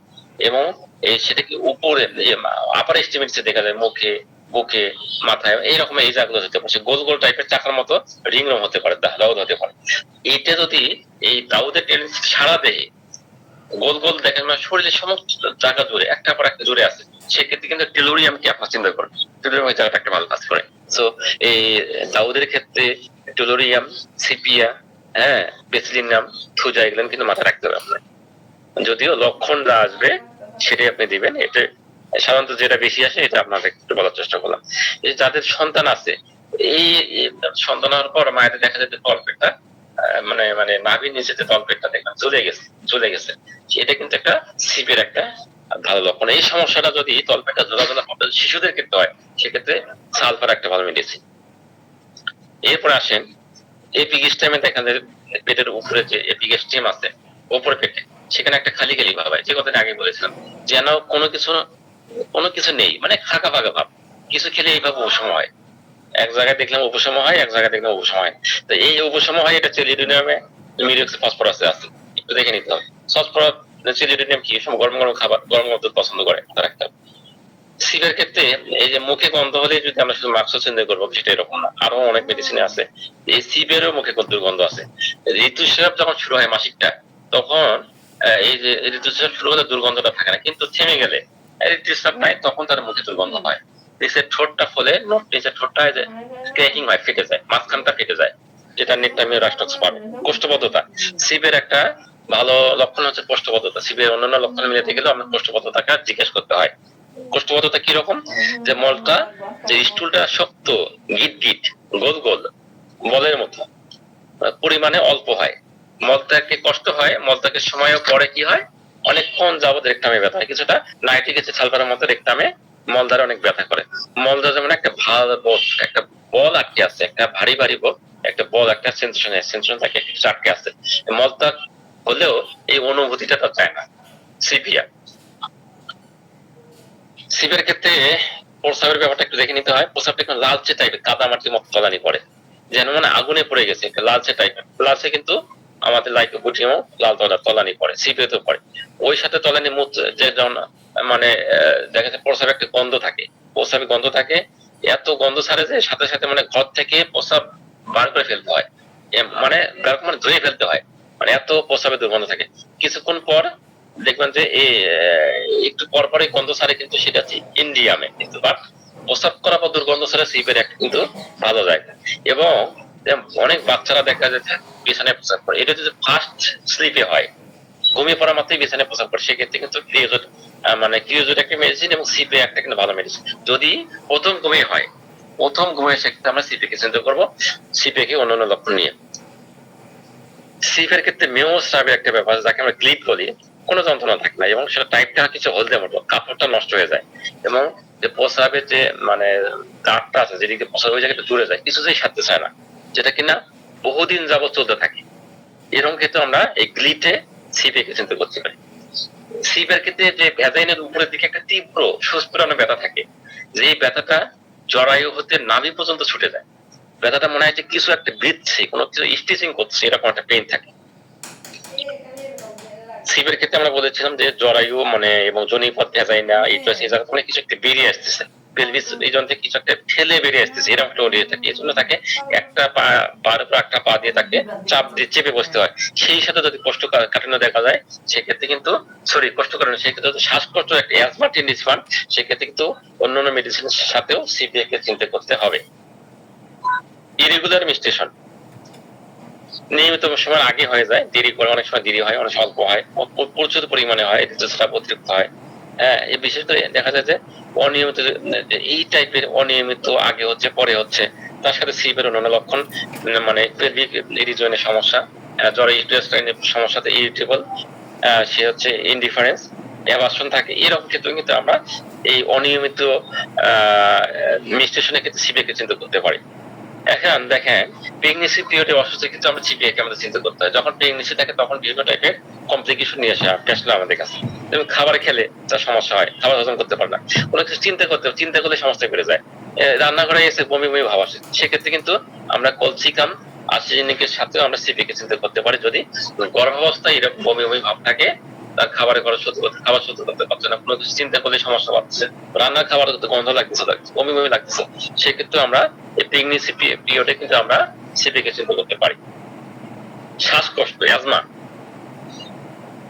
সিপিএর ক্ষেত্রে বসে থাকলে তার শ্বাসকষ্ট হয়, ঘুমের পরে ঘরের মধ্যে তার সমস্যা বাড়ে, এই সমস্যাটা যে নাচে ড্যান্সিং করে, দ্রুত হাঁটাচলা করে, সেক্ষেত্রে কিন্তু তার সমস্যাটা কমে যায়। তো এই হলো মোটামুটি আমাদের সিপিএ। তো আমরা যদি আরেকটা কথা বলে রাখি, সিপিআর হিস্ট্রিটা কিভাবে আসে, ওই তো বললাম সে তো প্রথম জীবনে অনেক সুখের ঘর বাঁধার স্বপ্ন চিন্তা করেছিল যে আমার সুন্দর ঘর হবে, আমার সংসার হবে, আমার স্বামী থাকবে, সন্তান থাকবে, এই স্বপ্ন নিয়ে কিন্তু সংসারে আসে। এরপরে ধীরে ধীরে দেখা যায় তার ইমিউনিস্ট্রেশনের সমস্যা, এরপরে তার হচ্ছে লিউকেরিয়ার সমস্যা, অথবা ও এক্সিস সেক্সুয়াল যে স্বামীর সাথে এরকম করে স্বামী বারণ করতে চায়, তো তার দেহে কোলে না, অথবা তার হচ্ছে হয়তো 2-3টে বাচ্চা হয়ে গেছে, বাচ্চা হওয়ার পর থেকে দেখা যায় তার একটা পর একটা সমস্যা লেগে আছে, তার আগের টেন্ডেন্সিটা কমে আসছে, এইসব কারণে তার হচ্ছে তার উদাসীন ভাবটা ধীরে ধীরে চলে আসে এবং সিপিএ তে কনভার্ট হয়। এবং আরেকটা ব্যাপার থাকে, যারা অতিরিক্ত পরিমাণ হোমিওপ্যাথিক ওষুধ ইউজ করা হয়েছে, এক্ষেত্রে ডাক্তারদের জন্য বলে যারা অতিরিক্ত পরিমাণ যে রোগীদের সিপিএ রোগী কিন্তু অনেক পরিমাণ বিভিন্ন টাইপের হোমিও ওষুধ খাইতে খাইতে রোগটাকে জটিল করে ফেলছে এবং তার ইতিহাসে যে কুইনাইন ইউজ করছে, কুইনাইনের অপব্যবহার এবং প্রচুর হোমিওপ্যাথি ওষুধ খাওয়া তার সমস্যাটা কমপ্লিটটাকে কন্ট্রোল করে ফেলছে, এরকম থেকে পজিশন হিসেবে কিন্তু আমরা সিপিএ কে আমরা ব্যবহার করে থাকি। তার সাথে ওই যে ওটা বললাম, তার তার প্রথম জীবনে শেষ স্বপ্ন নিয়ে আসে, কিন্তু একটা পর একটা মানে সমস্যা তার জীবনটাকে তছনছ করে দেয় এবং সিপিএ তে কনভার্ট করছে। এরকম ক্ষেত্রে যদি আমরা শারীরিক মানসিক রাজবৃদ্ধি হিস্ট্রি নিয়ে যদি চিন্তা করতে পারি, তখন তাহলে আমরা একটা গুড মেডিসিন সিপিএ কে শন করতে পারবো এবং রোগী আরোগ্যের দিকে নিয়ে যেতে পারবো। আমাদের বিশ্বনাথ দাতা বলেছিলেন যে এরকম টেন্ডেন্সিকে কেন্দ্র করে আমরা যদি তার যে পয়সনের যে একটা অ্যাবাসন থাকে, থাকে, এই ভাবগুলো আমরা দূর করতে পারবো। উনি সুন্দর করে বলেছিলেন যে ও প্রিয়া তুমি আমার সিপিএ, যদি আমরা এইভাবে ট্রিটমেন্টটা দিতে পারি সিপিএর লক্ষণ পেতে, তাহলে ওই প্রিয়া তার সেক্স নষ্ট হয়ে গেছে, তার সংক্ষিপ্ত এখানে সব কিছু দূর করিয়ে ও প্রিয়া আমি তোমার সিপিএ, এটাই বলতে থাকবে। থ্যাংক ইউ সকলকে। আসসালামু আলাইকুম। ওয়ালাইকুম আসসালাম ওয়া রাহমাতুল্লাহ। আলহামদুলিল্লাহ, ডক্টর আলমগীর কবির উপস্থাপনায় আমরা অংশগ্রহণমূলক এই পাঠে সিপিএ, এই যদিও নারী কেন্দ্রিক ঔষধ, কিন্তু অনেক সময় পুরুষের ক্ষেত্রে এটা কাজে লাগে, সুন্দরভাবে উপস্থাপন করলেন। আমরা 5 মিনিট সময় দেবো, ভর্তি যদি কারো কোশ্চেন থাকে, কোশ্চেন থাকার কথা নয়। ডক্টর বিশ্বনাথ দত্ত বাবু আছেন? জি স্যার, উপস্থিত। উপস্থিত। আপনার উপস্থিত একটু জানান দেন যে একটি কথা বলে। একটা ছেলে বারাসাতের ওখানে ময়নার দিকে থাকে, খুব শ্বাসকষ্ট, প্রচুর ওষুধ খায় বিভিন্ন জায়গা থেকে, কিন্তু কেউ রোগ ধরতে পারে না। মানে রোগ ধরতে পারে মানে ওষুধ সিলেকশন করতে পারে না। তাকে বলা হলো তুমি কখন ভালো থাকো? আমি ভালো থাকি কখন? যখন আমি বিকালের দিকে এই মাঠে ফুটবল খেলি, তখন আমার শ্বাসকষ্ট হয় না। তারপরে মানে পরিশ্রমের দিকে আশ্বাস হওয়ার কথা।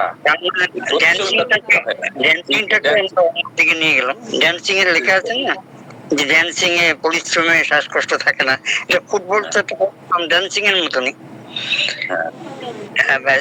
এইটা তো মানে ইন্টারপ্রিটেশন করে নিতে হবে আর কি বিভিন্ন জায়গায়, যে শুধু ড্যান্সিং বলেছে বলে হবে না। ফুটবল খেলে তখন হয় না, তারপর যখন এসে করতে উঠি তখন আবার শ্বাসকষ্ট ফিরে আসে।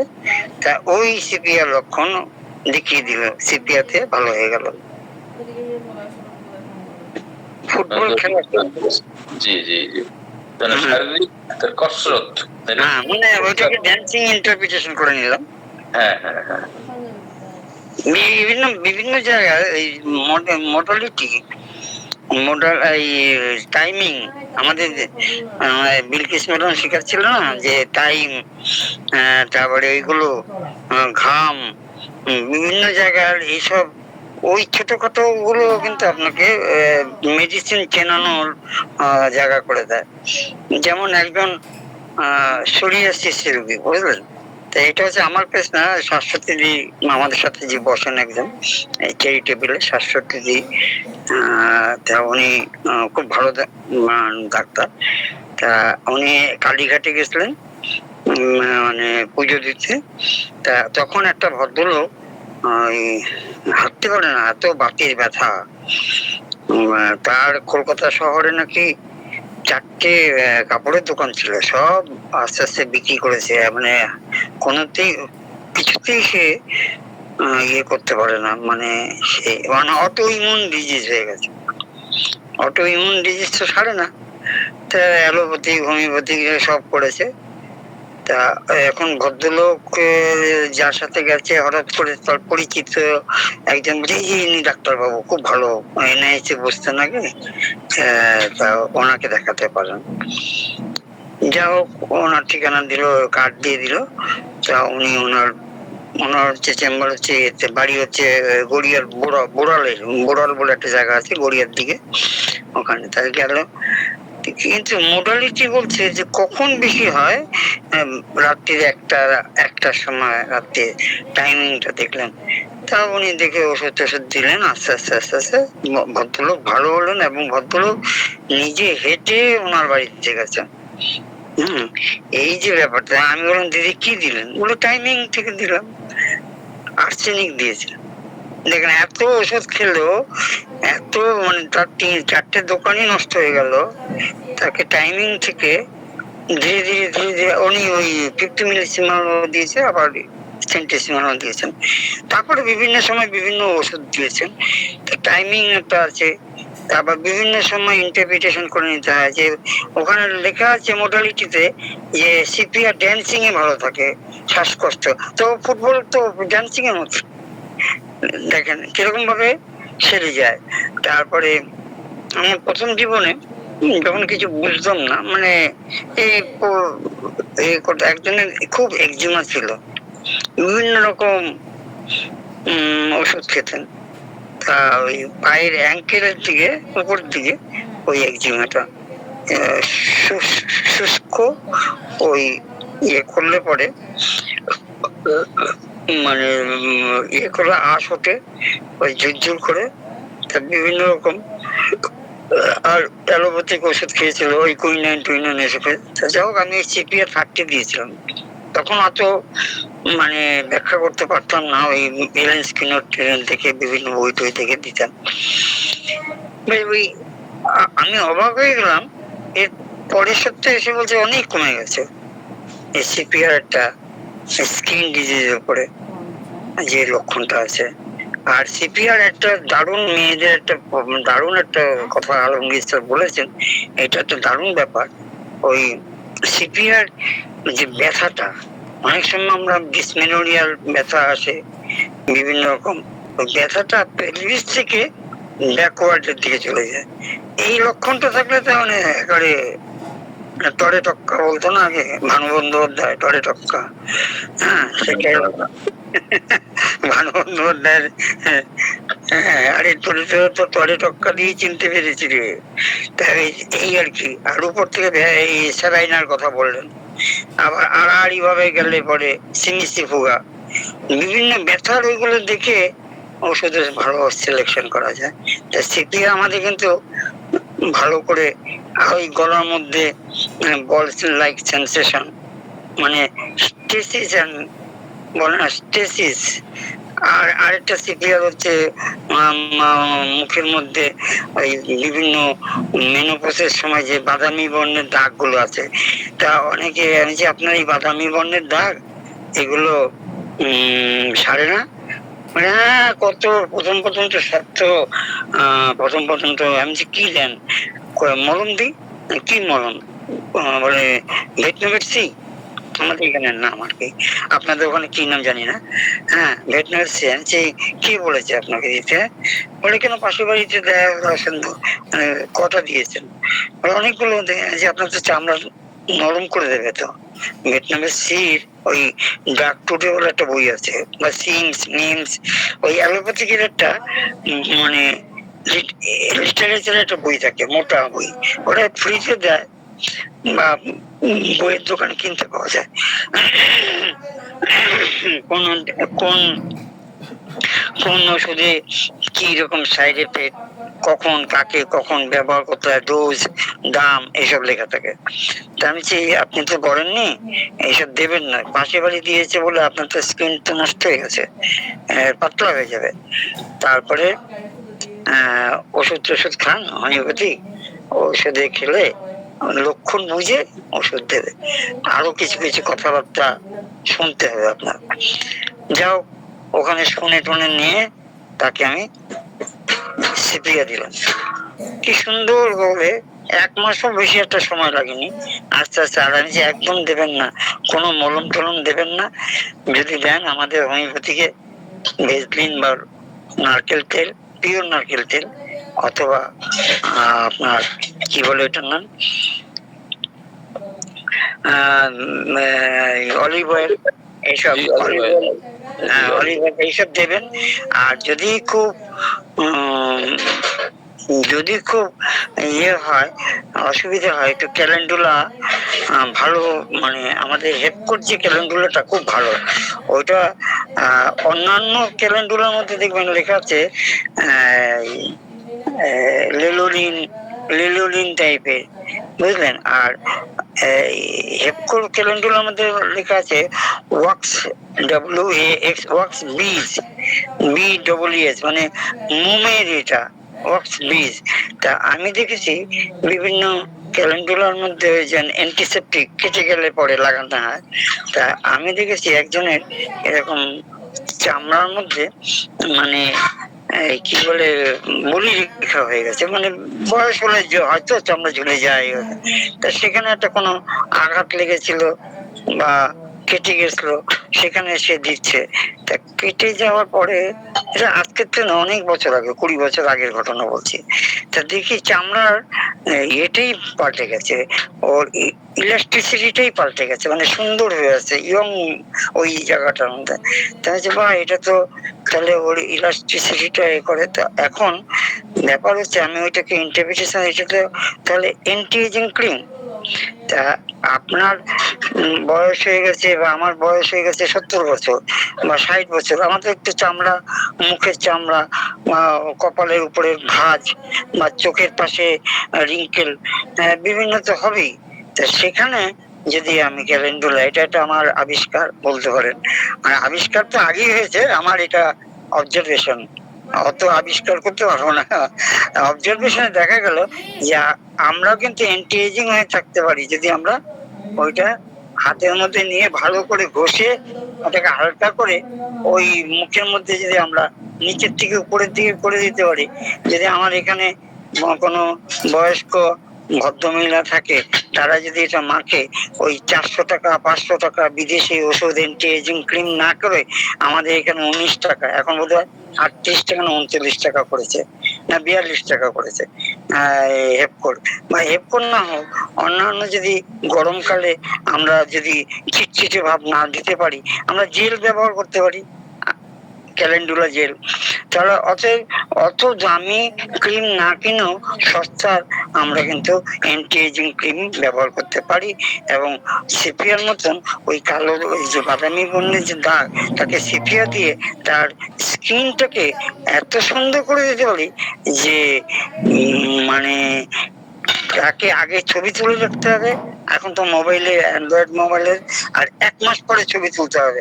এবং কেউ যদি প্রেজেন্টেশন করতে পারেন, দেখবেন তার মানে তাকে কি বলবো, তাকে প্রায় 20 বছর মানে কম মানে বয়স লাগবে, এত সুন্দর। এবং হ্যাঁ, এইটা আমি শেয়ার করলাম। Thank you. Thank you to doctor বাবু, সুন্দর। স্যার এটা ব্যবহারের সিস্টেমটা কেমন আছে স্যার? ওইটা বলুন, ওইটা বলুন, টান টান করে মারতে পারেন। আপনার যদি ওই ওই ওই ক্যালেন্ডুলাটা ওই শীতকালে খুব আমার কাছে ফেভারিট হেপকোটটা, আমি নাম উল্লেখ করেই বললাম, অনেকে বলে না। আর এই সময় ওই ওই কি বলে ডেক্সান বা আমাদের এসবিএল এর জেল ব্যবহার করি, বা বিভিন্ন রকম জেলটা হচ্ছে হালকা ধরনের, আর ওইটা একটু 18 ধরনের। তো 18 ধরনের তো অনেকে মারতে পারে না, এটা হাতের মধ্যে নিয়ে ঘষতে হবে, ঘষলে গরম হলে তো হালকা হয়ে যায়। এবার হাতে টাতে মাখলেন। আমাদের যাদের আমাদের ডাক্তার বান্ধবীরা মানে ডাক্তার বন্ধুরা রয়েছেন, তারা যদি অ্যান্টি এজিং করতে পারেন, তাহলে আর বিউটি পার্লারে যেতে হবে না। স্যার ওটা মাদার, ক্যালেন্ডুলা মাদারটা নিতে হবে না, ওই মাদারটা জেলের সঙ্গে ইউজ করতে হবে? বানিয়ে নিতে পারেন আপনি, মাদার দিয়ে আপনি ডিস্টিল ওয়াটার দিয়ে বানাতে পারেন। মাদার দিয়ে ডিস্টিল ওয়াটার দিয়ে ফার্মাকপিয়ার মধ্যে বানাবেন। যদি আপনি অল্প করে নিতে পারেন, 100 ml জলের মধ্যে আপনি 10-15 ফোঁটা দিয়ে দিলেন, দিয়ে ওইটা মাখলেন। যার যেরকম ভাবে হোক, মোটামুটি অরিজিনাল ক্যালেন্ডুলা মাদার দিলে দিয়ে যেভাবে খুশি মাখতে পারে। হ্যাঁ, আপনি ওটা মাথার মধ্যে খুশকি হলেও মাখতে পারেন, ওই জলটা, এই কি বলে ডিস্টিল ওয়াটার জলটা, ডিস্টিল ওয়াটার সাথে মেশানো জলটা, ঠিক হ্যাঁ, আছে। খুশকিটাও চলে যাবে। এরা অনেকে মুখের দাগের জন্য বারবার হিসেবে ব্যবহার করে, এটা আসলে আছে। আপনি যদি এখন সেইভাবে আপনি ফার্মাকপিয়ার মতন যদি মিশিয়ে নিতে পারেন, করতে পারেন, বারবারি চ্যাকোয়াতে ভালো আছে। আমি শুধু ক্যালেন্ডুলার উপরে বললাম আর কি, একটার উপরে। বারবারি চ্যাকোয়াটিকেও খুব ভালো কাজ করে, ঠিক করেছে। এবার আপনি যদি ফর্মুলা অনুযায়ী মিশাতে পারেন, আপনি এটা নিজেই গবেষণা করলেন, আপনি দেখলেন আপনার বাড়ির লোকে, আপনার মেয়ে 400 টাকা দিয়ে একটা ক্রিম নিয়েছে, কত 20 গ্রামের। ভাবা যায় 20 গ্রামের দাম 400 টাকা, আপনি 21 গ্রাম পাচ্ছেন 42 টাকা, বুঝলেন?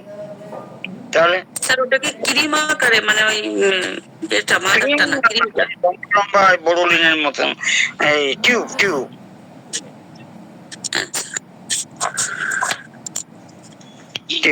তাহলে এই যে মুখের দাগের জন্য কথা হলো, মুখের দাগ, রিঙ্কেল, এই যে বাদামি বর্ণের দাগ, ঘোড়ার লেজ যেরকম বাড়ি মারলে যেমন লেজের মধ্যে মুখের মধ্যে দাগ হয় না, দেখতে কেমন লাগে, বিশ্রী লাগে না, সেখানে সিপিয়া খাওয়াবেন। এখন অনেক ক্লাসিক হয়তো আমার উপরে বিরূপ হতে পারে, যে আপনি এক্সটার্নাল ইউজ করছেন, হো হো হো করে হাসলো। কিন্তু আমি তো ক্যালেন্ডুলার কথা অনেক জায়গায় বইতে আছে, আমি পিস্টেল বলে সেখানে পূজা মাদারও ব্যবহার করতে বলেছেন, মানে হ্যাঁ, মানে অ্যানিম্যান সাহেবও বলেছেন যে কখন ব্যবহার করা যায়। যা হোক, ওই ক্রনিক ডিজিজ বা বিভিন্ন জায়গায় কোথায় পেয়েছি। ক্যালেন্ডুলা তো অ্যান্টিসেপটিক ক্রিম, অ্যান্টিসেপটিক লোশন। রক্ত ব্লিডিং হচ্ছে, আপনি ব্লিডিং বন্ধ করতে পারছেন না, দুটো মেডিসিন আছে, একটা হচ্ছে ক্যালেন্ডুলা আর একটা হচ্ছে সাইনোডন ডেকটিলন। সাইনোডন ডেকটিলন, CY সাইনোডিওন ডন, সাইনোডন ডেকটিলন মানে দুর্বা ঘাসের রস, পিওর দুর্বা ঘাসের রস যদি দেওয়া যায়, আর সঙ্গে সঙ্গে একটা ছেলে, বাচ্চা ছেলে সাইকেল চালাতে গিয়ে ওই সাইকেলের যে চেনের উপরে যে কাভারিং থাকে, অনেক সময় পুরোনো হয়তো ধারালো হয়ে যায়, বাচ্চার ছেলেটা সেই কাভারিং এর মধ্যে পা লেগে প্রায় মনে করেন 4 ইঞ্চি কেটে গেছে, আর রক্ত কি একেবারে হাওয়াই চটির মধ্যে যেন থোকা থোকা রক্ত। সঙ্গে সঙ্গে কেউ বলছে ডাক্তারবাবুর কাছে যা, খুব ভালো ওষুধ আছে, ডাক্তারবাবু দিলে পরে সঙ্গে সঙ্গে রক্ত পড়া বন্ধ হয়ে যাবে। সেই ছেলেটা ইয়ং ছেলে, বয়স কত, 10-12 বছর বয়স, স্বাস্থ্যবান, তার বাবা মানে রেখে বাজার করতে গেছে, আর ও এমনি সাইকেল চালাতে গিয়ে কেটে গেছে। তা এমন অবস্থা যে ওটা সেলাই করতে হবে, তা আমার কাছে তো সেলাই কিছু নেই, তা আমি রক্ত বন্ধ করার জন্য ডাক্তারবাবু আপনার ওষুধ দেন না, ওরা তো জানে। তারপরে আমি ওই সাইনোডন দুর্বার এটা একটা ঢেলে দিলাম, ঢেলে চেপে ধরে রাখলাম, ওই গোড়ালির দিক দিয়ে কেটেছে, বুঝলেন তো, অ্যাঙ্কেলের দিক দিয়ে, ওই মিডিয়াল মেলভাসের দিক দিয়ে, মিডিয়াল মেলভাস ওই দিকটা। তারপর দিলাম, আস্তে আস্তে রক্ত বন্ধ। আমি যে এবার যান দন্ত মিউনিসিপ্যালিটি গিয়ে সেলাই টেলাই করে নেন। তারপরে সেই ভদ্রলোক স্কুটার চালিয়ে ছেলেকে নিয়ে গেল, আর আমি যে ওষুধ দিয়ে দেবো, একটু হাইপেরিকাম খাইয়ে দিলাম, তো যে ওখানে যা দেবে আপনার এটা সেলাই করতে হবে এটা। তা এই যে ব্যাপারটা আছে, ক্যালেন্ডুলা আর সাইনোডন দারুণ রক্ত বন্ধ করে। অনেকে দরজার চিপা লাগে, লাগে, দরজা আছে, বাচ্চা মেয়ে 4 বছরের বাচ্চা, ওই দরজার যে ফাঁকের মধ্যে আঙুল দিয়েছে, কেউ দেখলো না, ভিতর থেকে লাগিয়ে দিল, আর একেবারে আঙুল, তর্জনী আঙুলটা একেবারে থেতো হয়ে গেল, কি ফিনকিরি রক্ত। সঙ্গে সঙ্গে রাত্রি তখন 11টা। সেই মেয়ে এখন বড় হয়েছে, ল পড়ছে, ওই যে দামবাড়ি, মেয়েটার নাম বৃষ্টি। তারপরে সেই মেয়ে, আমি দেখলাম উপরে হাতটা উপরের দিকে তুলে নিলাম যাতে ল অফ গ্রেভিটেশনের দিকে না থাকে, তারপর ক্যালেন্ডুলা ঢেলে দিলাম, রক্ত বন্ধ হয়ে গেল। তারপরে ব্যান্ডেজ করে দিলাম, পরের দিন সকালবেলা বলে হ্যাঁ ব্যান্ডেজ, আর রক্ত বের হয়নি। এই যে এত সুন্দর সুন্দর ক্যালেন্ডুলা, সাইনোডন, দুর্বার রস, এইগুলো চেম্বারে রাখতেই হয়, কারণ টুকটাক মানে আপনার চেম্বারের নাম তো ক্লিনিক মানেই তো সব আসবে, আরোগ্য নিকেতন, হুটহাট করে। তা আমাদের একজন সার্জারি স্যার বলেছিল যে তুমি কিছু কাটা চেরা গুলো শিখে নাও, তাহলে বেশি পাবে সার্জারি, যেমন ফোড়া কাটা, বিভিন্ন রকম একটু সেলাই করা। তা যা হোক, আমাদের শেখা হলেও ওইসব মেশিন গুলো তো ব্যবহার করা হয় না সবসময়, আর এগুলো তো চালু থাকতে হয়, এগুলোকে অ্যান্টিসেপটিক দিয়ে মানে বিভিন্ন রকম ভাবে ইয়ে করতে হয়, অ্যান্টিসেপটিক করতে হয়, অসুবিধা আছে। তাই যদি সেরকম কারো সেসব জায়গা মানে ব্যবহার করে, তাহলে হোমিওপ্যাথিকের নাম আরো ফেটে যাবে, তার সবসময় ভিড় লেগে থাকবে। Thank you. জি ডাক্তার বাবু, অসংখ্য ধন্যবাদ। আপনার কথা থেকে আমরা অনেক তথ্য পেলাম। আপনাকে আরো দীর্ঘায়ু দান করুন, করুণাময়। তো সকলকে ধন্যবাদ। আজকে আমাদের সকালকার আলোচনায় যারা যুক্ত ছিলেন, বিভিন্ন যুক্ত করেছেন, অভিজ্ঞতা শেয়ার করেছেন। হ্যাঁ, ক্যালেন্ডুলার সাথে রক্ত বন্ধ করার জন্য আরেকটা মাদার টিউসারের কথা বলা হচ্ছিল। ওই যে ওটা হলো সাইনোডন দুর্বা গাছের রস। হ্যাঁ, যদি কচি দুর্বা গাছের রস যদি কেটে গেলে সাথে সাথে কিছু নাও পান, তো চিবিয়ে যদি ধুয়ে পরিষ্কারকে চিবিয়ে লাগাই দেন, তাও রক্ত বন্ধ হয়ে যাবে। সাইনোডন দেখতে পারেন। আপনি আপনি একটা লিটারেচার বই নিয়ে আসবেন কোন কোম্পানির, পিছনে ইন্ডিয়ান ড্রাগ বলে যেগুলো আছে সেগুলো পাশে নিয়ে মুখস্থ করে নেবেন এবং লিখবেন। তাহলে একটা শুধু দুর্বা লিখলে একটা জনসাধারণের উপরে মনে হয় ও দুর্বা। আর সাইনোডন দেখছিলেন বাবা কি, এই ডাক্তারবাবুর কাছে গেলে সব আনকমন মেডিসিন পাওয়া যায়। আপনার নামও সাইনোডন দেখতে সাইন্টিফিক নেম এটা। জি, ক্যালেটোপ্রোসেরা আক্রান্ত।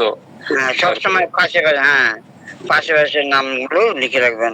আপনি যদি বলেন অশ্বগন্ধা, আচ্ছা কেমন লাগে, উইদিনিয়া সামনিফাড়া, এগুলো বিভিন্ন ম্যাগাজিন সেমিনারে গেলেও তো ওইগুলো দেয়, তো এগুলো মুখস্থ করবেন, লিখবেন সঙ্গে সঙ্গে। আমার এটা বাবা বলেছেন যে এমন ভাবে লিখবে ঝাঁটাঝাট, মানে তুমি একবার এটা সম্বন্ধে ওয়াকিবহাল। বুঝলেন স্যার? জি ডাক্তার বাবু, ওই স্যারকে বললাম, আপনি কিছু মনে করলেন না তো? না না, আমি বললাম আর কি যে এগুলো লিখে লিখে মানে অভ্যস্ত করে নেবেন। Thank you. আপনি গুরুজন ব্যক্তি না, আপনার কথা যদি কেউ মনে করে এই শিখতে পারবে না।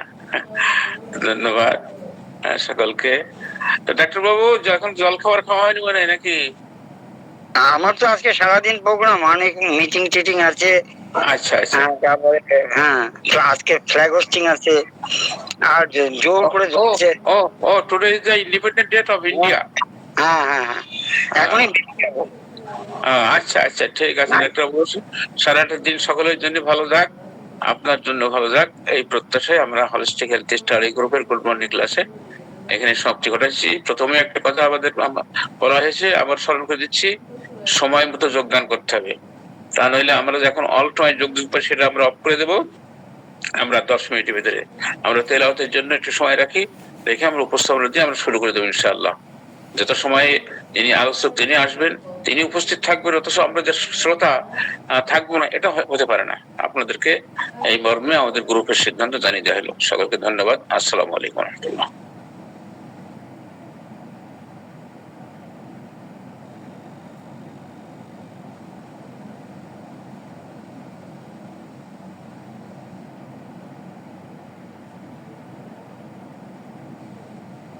রেবেকা আপা আছেন নাকি? আসসালামু আলাইকুম।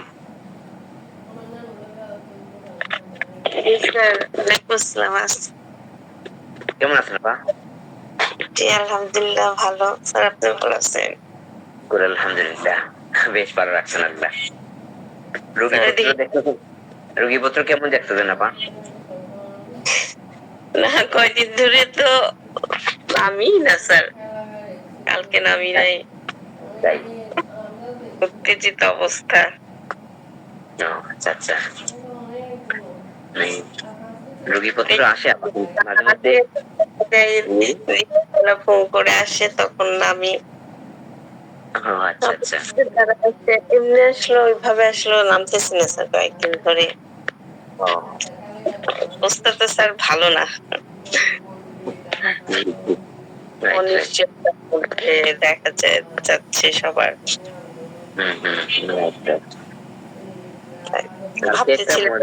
কালকে একটা মজার রোগী দেখলাম আপা। স্যার বলেন। এই রোগিনী যখন বয়স ছিল তার ধরেন আজকে থেকে প্রায় 11-12 বছর আগে আসছিল, কিন্তু গত 1 বছর আগে আসছে। তার লাম্বার রিজিয়নে তীব্র ব্যথা, বয়স গত বছর তার ছিল 28, এখনো বিয়ে করেনি, কিন্তু গত কয়েক বছর থেকে তীব্র ব্যথা। তো ওখানে লাম্বার স্পাইনে তারা বলছেন যে এমআরআই তে ডক্টররা বলছেন যে তার অনেকগুলো পরিবর্তন।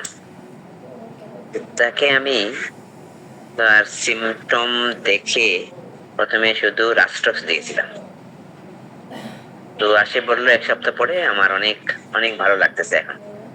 আমি সকালে ঘুম থেকে উঠে পা ফেলতে পারি না, কষ্ট হয়। এমনকি যদি কিছুক্ষণ বসে থাকি, তারপরে যখন পা ফেলতে পারি, কিন্তু কিছুক্ষণ পরে আবার ব্যথাটা কমে আসে। এইভাবে সে বলতেছে। আবার তারা দিলাম, মেয়েটা অনেকদিন আসেনি। এরপরে আসলো, দেখলাম যে তার সেক্রাল রিজিয়নে একটা সিস্ট, এবং এটাও একটা কারণ তার এই যে ব্যথাটা নেমে যায় নিচের দিকে। আমি আজকে থেকে 6 মাস আগে তার এই ওষুধটা দিলাম, মর্গান বেচ 200, একটা ডোজ, গত ফেব্রুয়ারি মাসে। তো আমি বললাম, আপনি আর আসেননি কেন 6 মাস? বলে, ডাক্তার সাহেব, এই ওষুধটা একটা ডোজ মাত্র দিলেন, কিন্তু আগে যে ওষুধগুলো দিলেন তার থেকে একটু আলাদা মনে হলো। এমন কেন আলাদা? তাতে তার বড় বোনও আসছে। বলে, ওষুধটা খাওয়ার পরে তো আমার ব্যথা বেদনা এখন নাই বললেই চলে। কিন্তু আমি বললাম, আমি কি বলছিলাম আপনাকে? বলে, আপনি বলছেন 1 মাস পরে আবার আসা যায়। এই 6 মাস কিন্তু আমি আর কোন সমস্যায় পড়ি। তখন এই মর্গানের আমি কথা চিন্তা করলাম। তার এই যে মর্গান, দেখেন আসলে যে জায়গাতে কনজেশন হয়, এইভাবে আমি গত 3 মাসে, ওরকে তো দিছিলাম 6 মাস আগে। এটা বলার এখন উদ্দেশ্য হইলো যে একজন ভদ্রলোক গত 2 বছর থেকে আমার কাছে আসতেছেন, এসে বলছেন, বিশ্বাস করেন আমার বাম পাশে অনেক ব্যথা, বলছেন ডাক্তার সাহেব, ব্যথা কখন হয় সব নিলাম, এই লক্ষণ মিলিয়ে ওষুধ দিলাম, কিছুতেই কিছু হলো না। আরো একজন হোমিওপ্যাথ ঔষধ দিয়েছেন, কিছুতেই কিছু হয়নি। তারপরে একদিন চলে গেছে, একজন কার্ডিওলজিস্ট গেছে, উনি ইসিজি করলেন, ইকো করলেন, ব্লাডের আপনার লিপিড প্রোফাইল সহ অন্যান্য টেস্ট যেগুলো, আপনার হার্ট খুব ভালো, অনেক ভালো আছে। তো এসে বলছে, আমার না খুব ভালো, আমার কোনো সমস্যা নেই। কিন্তু আবার রোগী এসে বলে যে আমার খুব পেইন। ইতিমধ্যে আবার গত মাসে চলে গেছে সরওয়ার দিতে, ওরা বলছে আপনার তো কোনো সমস্যাই নেই হার্টের, এটা অন্য কোনো সমস্যা। তারপরে একজন মেডিসিন ডক্টরের কাছে গেল, বলে আপনার তো গ্যাস্ট্রিকের সমস্যা। তো গ্যাস্ট্রিক সমস্যার লক্ষণ নিয়ে ডাক্তার সাহেব প্রফেসর মানুষ অনেক ওষুধ দিয়েছেন, কিছুতেই কিছু হয় না। পরে আমি তাকে 1 ডোজ মর্গান বেচ 200 দিলাম। রোগী ওষুধটা একটা ডোজ খাওয়ার পরে অনেক ভালো, অনেক ভালো। কিন্তু 1 সপ্তাহ পরে এসে বললো যে ডাক্তার সাহেব, আমার ব্যথাটা আবার আগের জায়গায় ফেরত আসতেছে। আমি বললাম, আপনি আর একটা ডোজ খান, তারপরে সে ভালো। কিন্তু আপু, এটা এই জন্য বললাম ইচ্ছে করে আজকে, যে এই মর্গান অথবা এই ধরনের যেগুলো বাওয়েল সোর্সের ওষুধগুলো, এই সম্পর্কেও কিন্তু আমাদের অনেকের এখন ধারণা। আপনারা তো অনেক পুরাতন, আরো যারা নতুনের মধ্যেও দেখছি অনেকে ব্যবহার করেন মনে হয়, যদিও এগুলো ব্যবহারে খুব সতর্কতা হইতে হয়। তো কয়েকটা ওষুধ আমি ব্যবহার করে দেখেছি, খুবই ভালো কাজ করে। আপা কি ব্যবহার করেন? না স্যার, আমি ব্যবহার করি না স্যার। আমি তো স্যার করিনি, তবে আমার কাছে নাই, আমি ভাবছিলাম আপনার কাছে যাবো। আচ্ছা, মেডিসিন আমি দেখলাম আপা, ওই যে বইটা আপনার কাছে আছে কিনা যায় না, যে ম্যাথমেটিকা অফ নোসোর্স এন্ড সার্কোর্স, এই বইটা আছে কি আপনার কাছে? কারুকিলাহি স্যারের? জি না, এটা হচ্ছে doctor Gouranga Gaikwad, mathematica of সার্কোর্স এন্ড নোসোর্স। এটাও ভালো, প্লাস ডক্টর জুলিয়ানের যে বইটা আছে না, সেটাও খুবই ভালো একটা বই, খুবই ভালো বই। ডক্টর জুলিয়ানের নোসোর্স, এটা অনেক আগের লেখা। এই যে এই বইটাতেও কিন্তু বিশেষ করে এই নোসোর্স ওষুধগুলা ব্যবহারে কত সতর্কতা হতে প্রয়োজন একজন চিকিৎসকের, কত গভীরতায় মানব দেহ সম্পর্কে জানার পরে ওষুধগুলোর ব্যবহার করতে হবে। যেমন আজকে যেমন স্যার আমাদের আলমগীর ভাই এবং ডক্টর বিশ্বজিৎ স্যার আলাপ করলেন সিপিআর সম্পর্কে। সিপিআরও আসলে মানসিক স্টেট যদি আমরা ভালো করে বুঝতে পারি, আমরা যেমন আমরা তো সবাই জানি যে আমাদের শ্রদ্ধেয় বিদুলকার স্যার কত সুন্দর করে এর ব্যাখ্যা দিয়েছেন যে সিপিআর ব্যবহারটা আমরা কেমন করে করতে পারি। আসলেও এই যে উনি এক জায়গায় বলছেন না যে এটাকে আমরা একটা শব্দ দিয়ে যে তার মধ্যে তার গতি রোধ হয়ে যায়।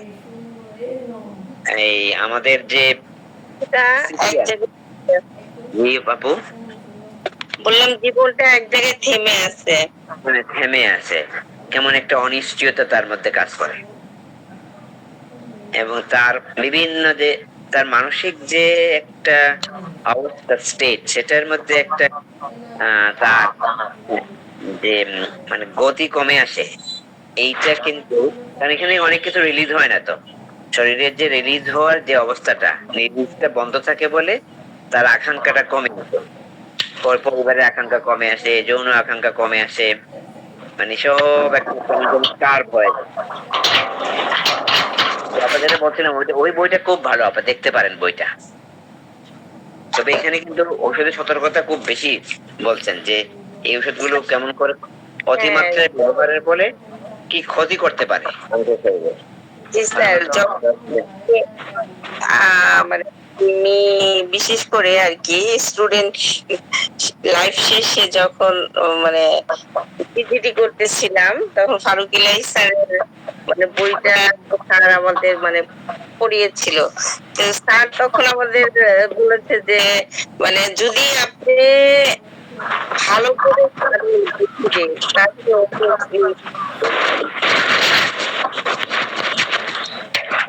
ট্রাই করতে যাবেন না, তাতে হিতের বিপরীতই হবে। মানে এটা হয়তো এখন চিন্তা করে যে দিয়ে দেখি, ঠিক আছে, এটা হবে ইউজ না করাই বেটার। আমরা আমি তো আজকে দেখতেছি অনেকে যে গভীর ভাবে ব্যবহার করতে চাই, তো আবার অনেক ঝুঁকিও আছে। স্যার এখানে কি লাভলি না ম্যাডাম মনে হয় আপনার মিউট করেন? লাভলি ম্যাডাম এরপর কি বললেন বুঝতে পারি। স্যার আপনি লাভলি ম্যাডামের মানে ইটা খোলা আছে আর কি, আনমিউট আছে, মিউট করে রাখে, স্যারের কথা শুনি আমরা।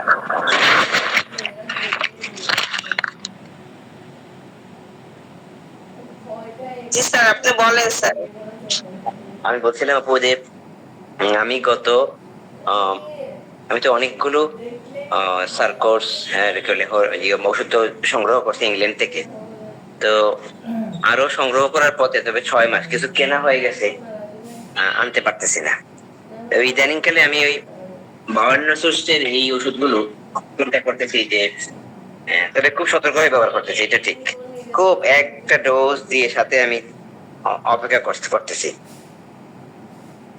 না স্যার আপনি স্যার আপনি তো আসলে অভিজ্ঞতা সম্পন্ন লোক, আপনার জন্য ঠিক আছে। মানে আমি তাদের উদ্দেশ্যেই বলছি যারা নাকি এখন একদম নিউ, মানে তাদের কথা বলছি যে অনেকে আছে যে মানে ইউজ করে, কিন্তু আমার মনে হয় যে গভীরতাটা জেনে করাটাই বেটার। অবশ্যই অবশ্যই এই যে দেখি অনেকে অ্যাড্রেনালিন ব্যবহার করে ফেলে, মানে অ্যাড্রেনালিন কত গভীর কার্যকরী একটা ঔষধ, কত গভীর কার্যকরী, অনেকে ব্যবহার করে আবার রিপিটেড ব্যবহার করে ফেলে, এটা একটা বড় সমস্যা হয়ে গেছে।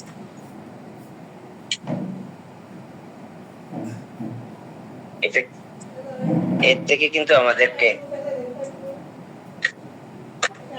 দূরে থাকতে হবে, কারণ হোমিওপ্যাথি ওষুধের গভীরতা তো কত যে আমি আমি গতকালকে একটা ইনফরমেশন পাইলাম, পেশেন্টটা থাকে হচ্ছে অস্ট্রেলিয়াতে, পেশেন্ট না সরি যিনি যে আমাদের যে একটা দিল্লিতে একটা পেশেন্ট আপা,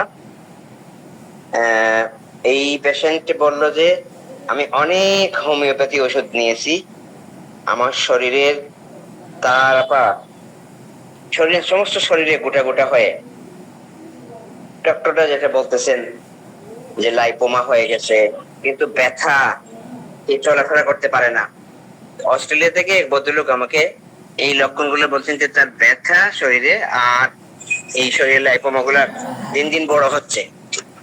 আমি আপা অনেক চিন্তা করলাম কি করা যায়। রোগী তো সামনে, রোগী দিল্লিতে, আর যিনি পাঠিয়েছেন উনি হচ্ছেন আপনার অস্ট্রেলিয়াতে। এই ভদ্রলোক শিক্ষিত, কিন্তু উনি আমাকে সিমটম ভালো করে দিতে পারতেছেন না।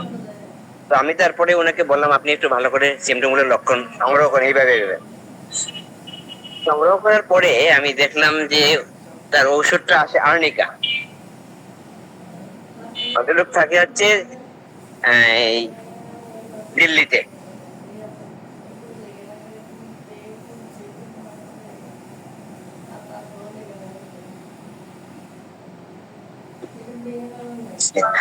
তারপরে আপা আমি আর্নিকা সপ্তাহে 1 ডোজ 200 আমি লিখে পাঠাইলাম যে 200 ইনটেক্ট কিনবেন। দিল্লি থেকে ওই লোক কিনছে, কেনার পরে আমি বলছি আধা কাপ পানিতে একটা ড্রপ দিবেন, 15 থেকে 20 বার ভালো করে নেড়ে 1 চামচ খাবেন, সপ্তাহে 1 ডোজ। তারপরে এবার 2 মাস খাবে, সপ্তাহে 1 ডোজ, মানে 8টা ডোজ খাবে। 2 মাস পরে তার কথাগুলো জানাইলেন। এরপরে আমি আবার তাকে দিলাম হচ্ছে আবার ওই লিখে বানানো যে আমি আরাম পাচ্ছি, কিন্তু আমার অনেকগুলো লক্ষণ এইভাবে রয়ে গেছে। তখন আমি তাকে দিলাম সুজা বলছেন 200। আমি খুব অবাক, কালকে ওই রোগী, ওই যিনি সাথে পাঠিয়েছেন ইনফরমেশন, উনি বললেন যে এই রোগীটা অনেক ভালো, তার ব্যথা না আগের থেকে নাই। পরে আমি আমি তো বলছি যে পানিতে, বলে আমি সরাসরি খাইলে কি হবে, রোগী নাকি বলতেছে। আমি বলছি না, ডক্টর যেভাবে বলছে এভাবে খাও। তো আসলে আমরা রোগীর প্রত্যেকটা রোগীর দেখেন মানসিক অবস্থা তা জানা দরকার। স্টেট গুলো না জানলে আমাদের যা হয়, আমাদের স্টেট গুলা না জানার পরে মানসিক অবস্থা না জানার ফলে আমরা জানা তো কষ্ট, রোগীরা তো অত খুলে বলতে চায় না অনেক কারণে। ম্যাডাম ভালো থাকেন, অনেকে যাবেন হয়তো অফিসে, সময় নিচ্ছি সবার, আমি অফিসে যাচ্ছি অবশ্য। স্যার রুগীরা মনে হয় স্যার ডিজিজ কন্ডিশনটাই বলে ডাক্তারের কাছে, আর কোনো কিছু যায় না, মানে বের করতে হলে অনেক কষ্ট। আবার কিছু কিছু রুগী আছে যে ডিজিজ কন্ডিশনের মধ্যেই অনেকের সিমটম চলে আসে স্যার। আরেকটা বিষয় আমি একটু সবাইকে অনুরোধ করি যে আমরা তো একটা বিরাট সুযোগ এই সমস্ত অনলাইন সেশনে আসার, সাথে সাথে অনেক ভালো ভালো বইপত্র বাজারে আসছে, সবাই সংগ্রহে থাকা উচিত, একটু খুলে দেখা উচিত। কারণ একটা ওষুধের মধ্যে যে আরো কত আছে, আজকে যে আমরা সিপিএ পড়লাম, এই সিপিএ যে কত ভাবে ব্যবহার হতে পারে, রোগীও হ্যান্ডলিং করতে হবে, পড়াশোনাও করতে হবে, রোগী হ্যান্ডলিং করতে হবে। ডক্টর কেন্ট মহোদয়, ডক্টর হেরিং, ডক্টর বিথল কাসের যে সমস্ত অবজারভেশন আজকাল তো এইসব সেশনের মাধ্যমে আমরা পাচ্ছি, এগুলো আমাদের বুঝতে হবে। যদিও বেশিরভাগ অবজারভেশন আমরা দেখতেছি শততমিক পদ্ধতির অবজারভেশন, 12 অবজারভেশন, অথবা এরপরে যে 22টা অবজারভেশন হেরিং স্যারের অবজারভেশন, সবই শততমিক পদ্ধতির অবজারভেশন। তো তারপরেও আমাদের দেখতে হবে, তারপরে অর্গানন তো দেখতে হবে, অর্গাননের বিভিন্ন সূত্রগুলো। আমাদের অনেক স্যাররা এখানে আছেন, অনেক ভালো, তবে আমি অনেক স্যারের সাথে কিন্তু ম্যাডামদের সাথে আমার আলোচনা হয়। আমি যখন অফিসে অবসর থাকি, সুযোগ পাইলেই কাউকে ফোন দেই। ফোন দেওয়ার ফলে আমি যে আমার আসলে ম্যাডাম রেবেকা ম্যাডাম জানেন আমি যে কাজটা করি, আমার তাদের একটা বিষয় হলো রিসার্চের মধ্যে আমি সরাসরি নাই, কিন্তু আমাদের অফিসে যে রিসার্চ হয় তার রিসার্চ সেকশনে আলোচনার সময় বসতে হয়, বিইং এ ডিরেক্টর। এই উদ্দেশ্য হলো যে আমরা যে গবেষণা বলতে তো আর অত বড় গবেষণা সবসময় প্রয়োজন নাই। ছোট ছোট কথা, ছোট ছোট লক্ষণের মধ্যেও গবেষণা হইতে পারে। গবেষণা মানেই যে একেবারে অনেক বড় কিছু করতে হবে, ছোট ছোট আলোচনার মধ্যে গবেষণার কিছু বিষয় বের হয়ে আসতে পারে। একজন হোমিওপ্যাথ হিসেবে এই ঔষধটা আমি কোন অবস্থায় আমি সিলেকশন করলাম, নির্ধারণ করলাম, এবং তাকে এখন আমি কতটুকু দেব, কতদিন পরে ফলো আপ করবো, কি তার ফিডব্যাক আসলো, এই সমস্ত জিনিস দেখে দেখে হচ্ছে। তো এই জন্য আমি মাঝে মাঝে যখন জিজ্ঞাসা করি সিএম দিছি ভাই, তখন আমি চিন্তা করি সিএম শুরুতেই সিএম কেন? আমি বললাম যে আপা সিএমটা শুরুতে কেন? তো বলেন যে অমুক স্যার, তো আমি বললাম এই যে দেখেন অমুক স্যার বলছেন, ভালো কথা, ওই স্যার কত বছর থেকে রুগী দেখেন, কত পড়াশোনা করছেন, ওনার পড়াশোনার লেভেলটা কতটুকু চলে আসছে। আর আমরা প্রথমে যদি এখানে একটা ওষুধের সিএম শুরু করে দিই, আমরা কি এর আগের কোন শক্তি দেখার সুযোগ আসছিল? বলে হ্যাঁ ছিল যখন, তাহলে আমরা কেন এত তাড়াতাড়ি চলে গেলাম? আমি বললাম যে একটা সিএম ব্যবহার করার পরে কত গভীরে যাইতে পারে তার কাজ, এবং হোমিওপ্যাথি ঔষধের কত পারমাণবিক লেভেলে কাজ করে। বলে যে হ্যাঁ, আপনারা তাইলে এইসব ঔষধ ব্যবহারে অনেক সতর্কতা হইতে হবে, কারণ আমরা চিকিৎসক হিসেবে মানুষের ক্ষতি করার কোনো অধিকার আমার নাই। আমি যদি ঔষধ সিলেকশন সঠিক হয়, বলে তো অনেকে বলেন স্যার শক্তি কোনো বিষয় না। আমি বললাম শক্তির বিষয় না হলে এই শক্তিগুলো কেন আবিষ্কার হয়েছিল? কেন 200 আবিষ্কার হলো, কেন 30? হয়তো ব্যাখ্যা থাকতে পারে, কিন্তু সতর্ক হইতে হবে ঔষধ ব্যবহারে। ক্ষতি করলে তো কেউ আমাদের দেখতে পাচ্ছে না, আমার নিজের বিবেকের কাছে আমি পরাজয় হব এমন একটা ক্ষতি হয়ে গেলে। স্যার বেশি বললাম নাকি? আমার কাছে মনে হয় শক্তিটাই ব্যাপার। যারা বলে যে শক্তি কোনো ব্যাপার না, একটা ইন্ডিভিজুয়াল মানুষের জন্য সিলেকশন ঠিক করলো, কিন্তু শক্তিটাই হলো তার ভাইটালিটির মানে পরীক্ষা, যে হঠাৎ করে তার 200তেই তার কাভার করবে। আমি স্কিম দিলে দেখা যাবে যে হিতে বিপরীত হতে পারে। আসলে আমাদের একজনের দৃষ্টিকোণ স্যার একরকম, তো এটাই হয়েছে। আমি আমরা যে সুযোগ পাইনি, আমি আলোচনা করি কারো না কারোর সাথে প্রতিদিনই। কারণ আমার এই আলোচনার মাধ্যমে প্রায় 300 হোমিওপ্যাথ যাদের টেলিফোন নাম্বার, আপনার নাম্বার সহ আর কি, আমার কাছে আছে। আরো সংগ্রহ করার চেষ্টা করি, কিন্তু অফিসে অনেক কাজ করতেই তো, এই জন্য অনেক সময়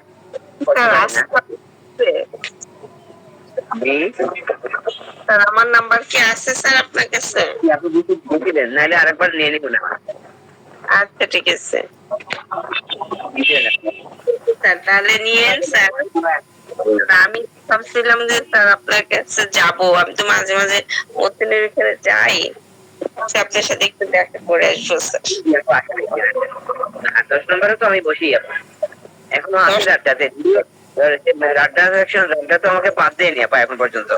ওনারা আসেন, বয়স অনুপাতে আমার চাকরি শেষ হয়ে গেছিল, কিন্তু আলহামদুলিল্লাহ ওনারা আমাকে গত 6 বছর থেকে ওনারা রাখছেন এখন পর্যন্ত। বলেন যে না আপনি যাবেন না, এখন বলি আমাকে ছেড়ে দেন, কারণ হলো আমার তো বয়স হয়েছে, কিছু তো বিশ্রামের দরকার আছে না অন্যভাবে। ওই বিশ্রাম না, বলে যে না তারপরে থাকেন। বোর্ড মেম্বাররা যখন বলেন তো নাও করতে পারি না।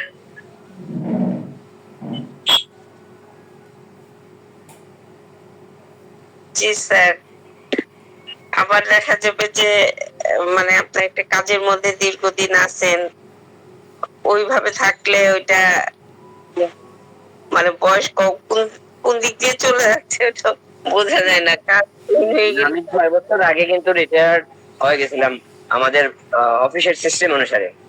তো এরপরে আমাদের বোর্ড মেম্বার উনি তো আছেন, আপনি হয়তো জানেন, প্রফেসর টি চৌধুরী, তার আগে ছিলেন জামিলুদ্দিন চৌধুরী, আরো আছেন খুব সিনিয়র ব্যক্তিরা বাংলাদেশে।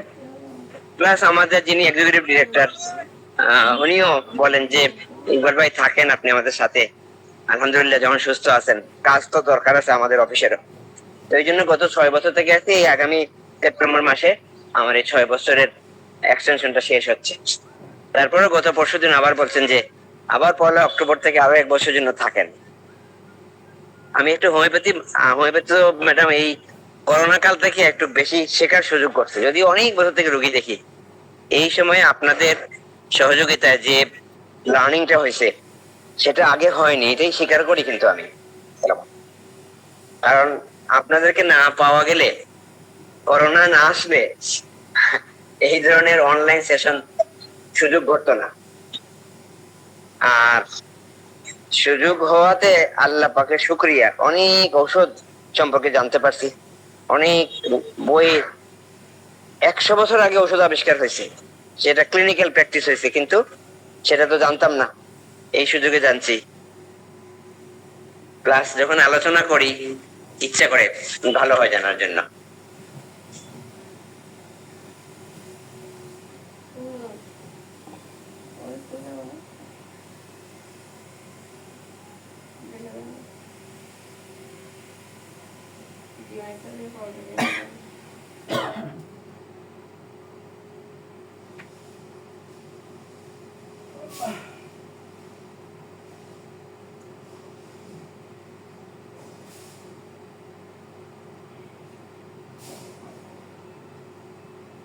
মানুষের এখনো মর্গের থেকে ছেলের লাশ করতে যায়, হ্যাঁ, রান্না করতে যায়, বাবারা ছেলে মেয়ে খুঁজছে না, অনেক জনের খরচা হবে।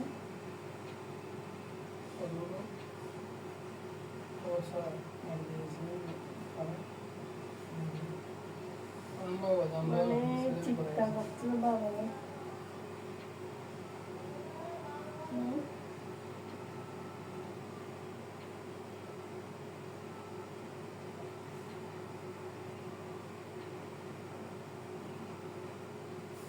মৃত্যুর জন্য টাকা নিতে পারবো না,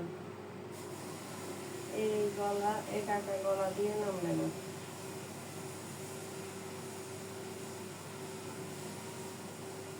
এটা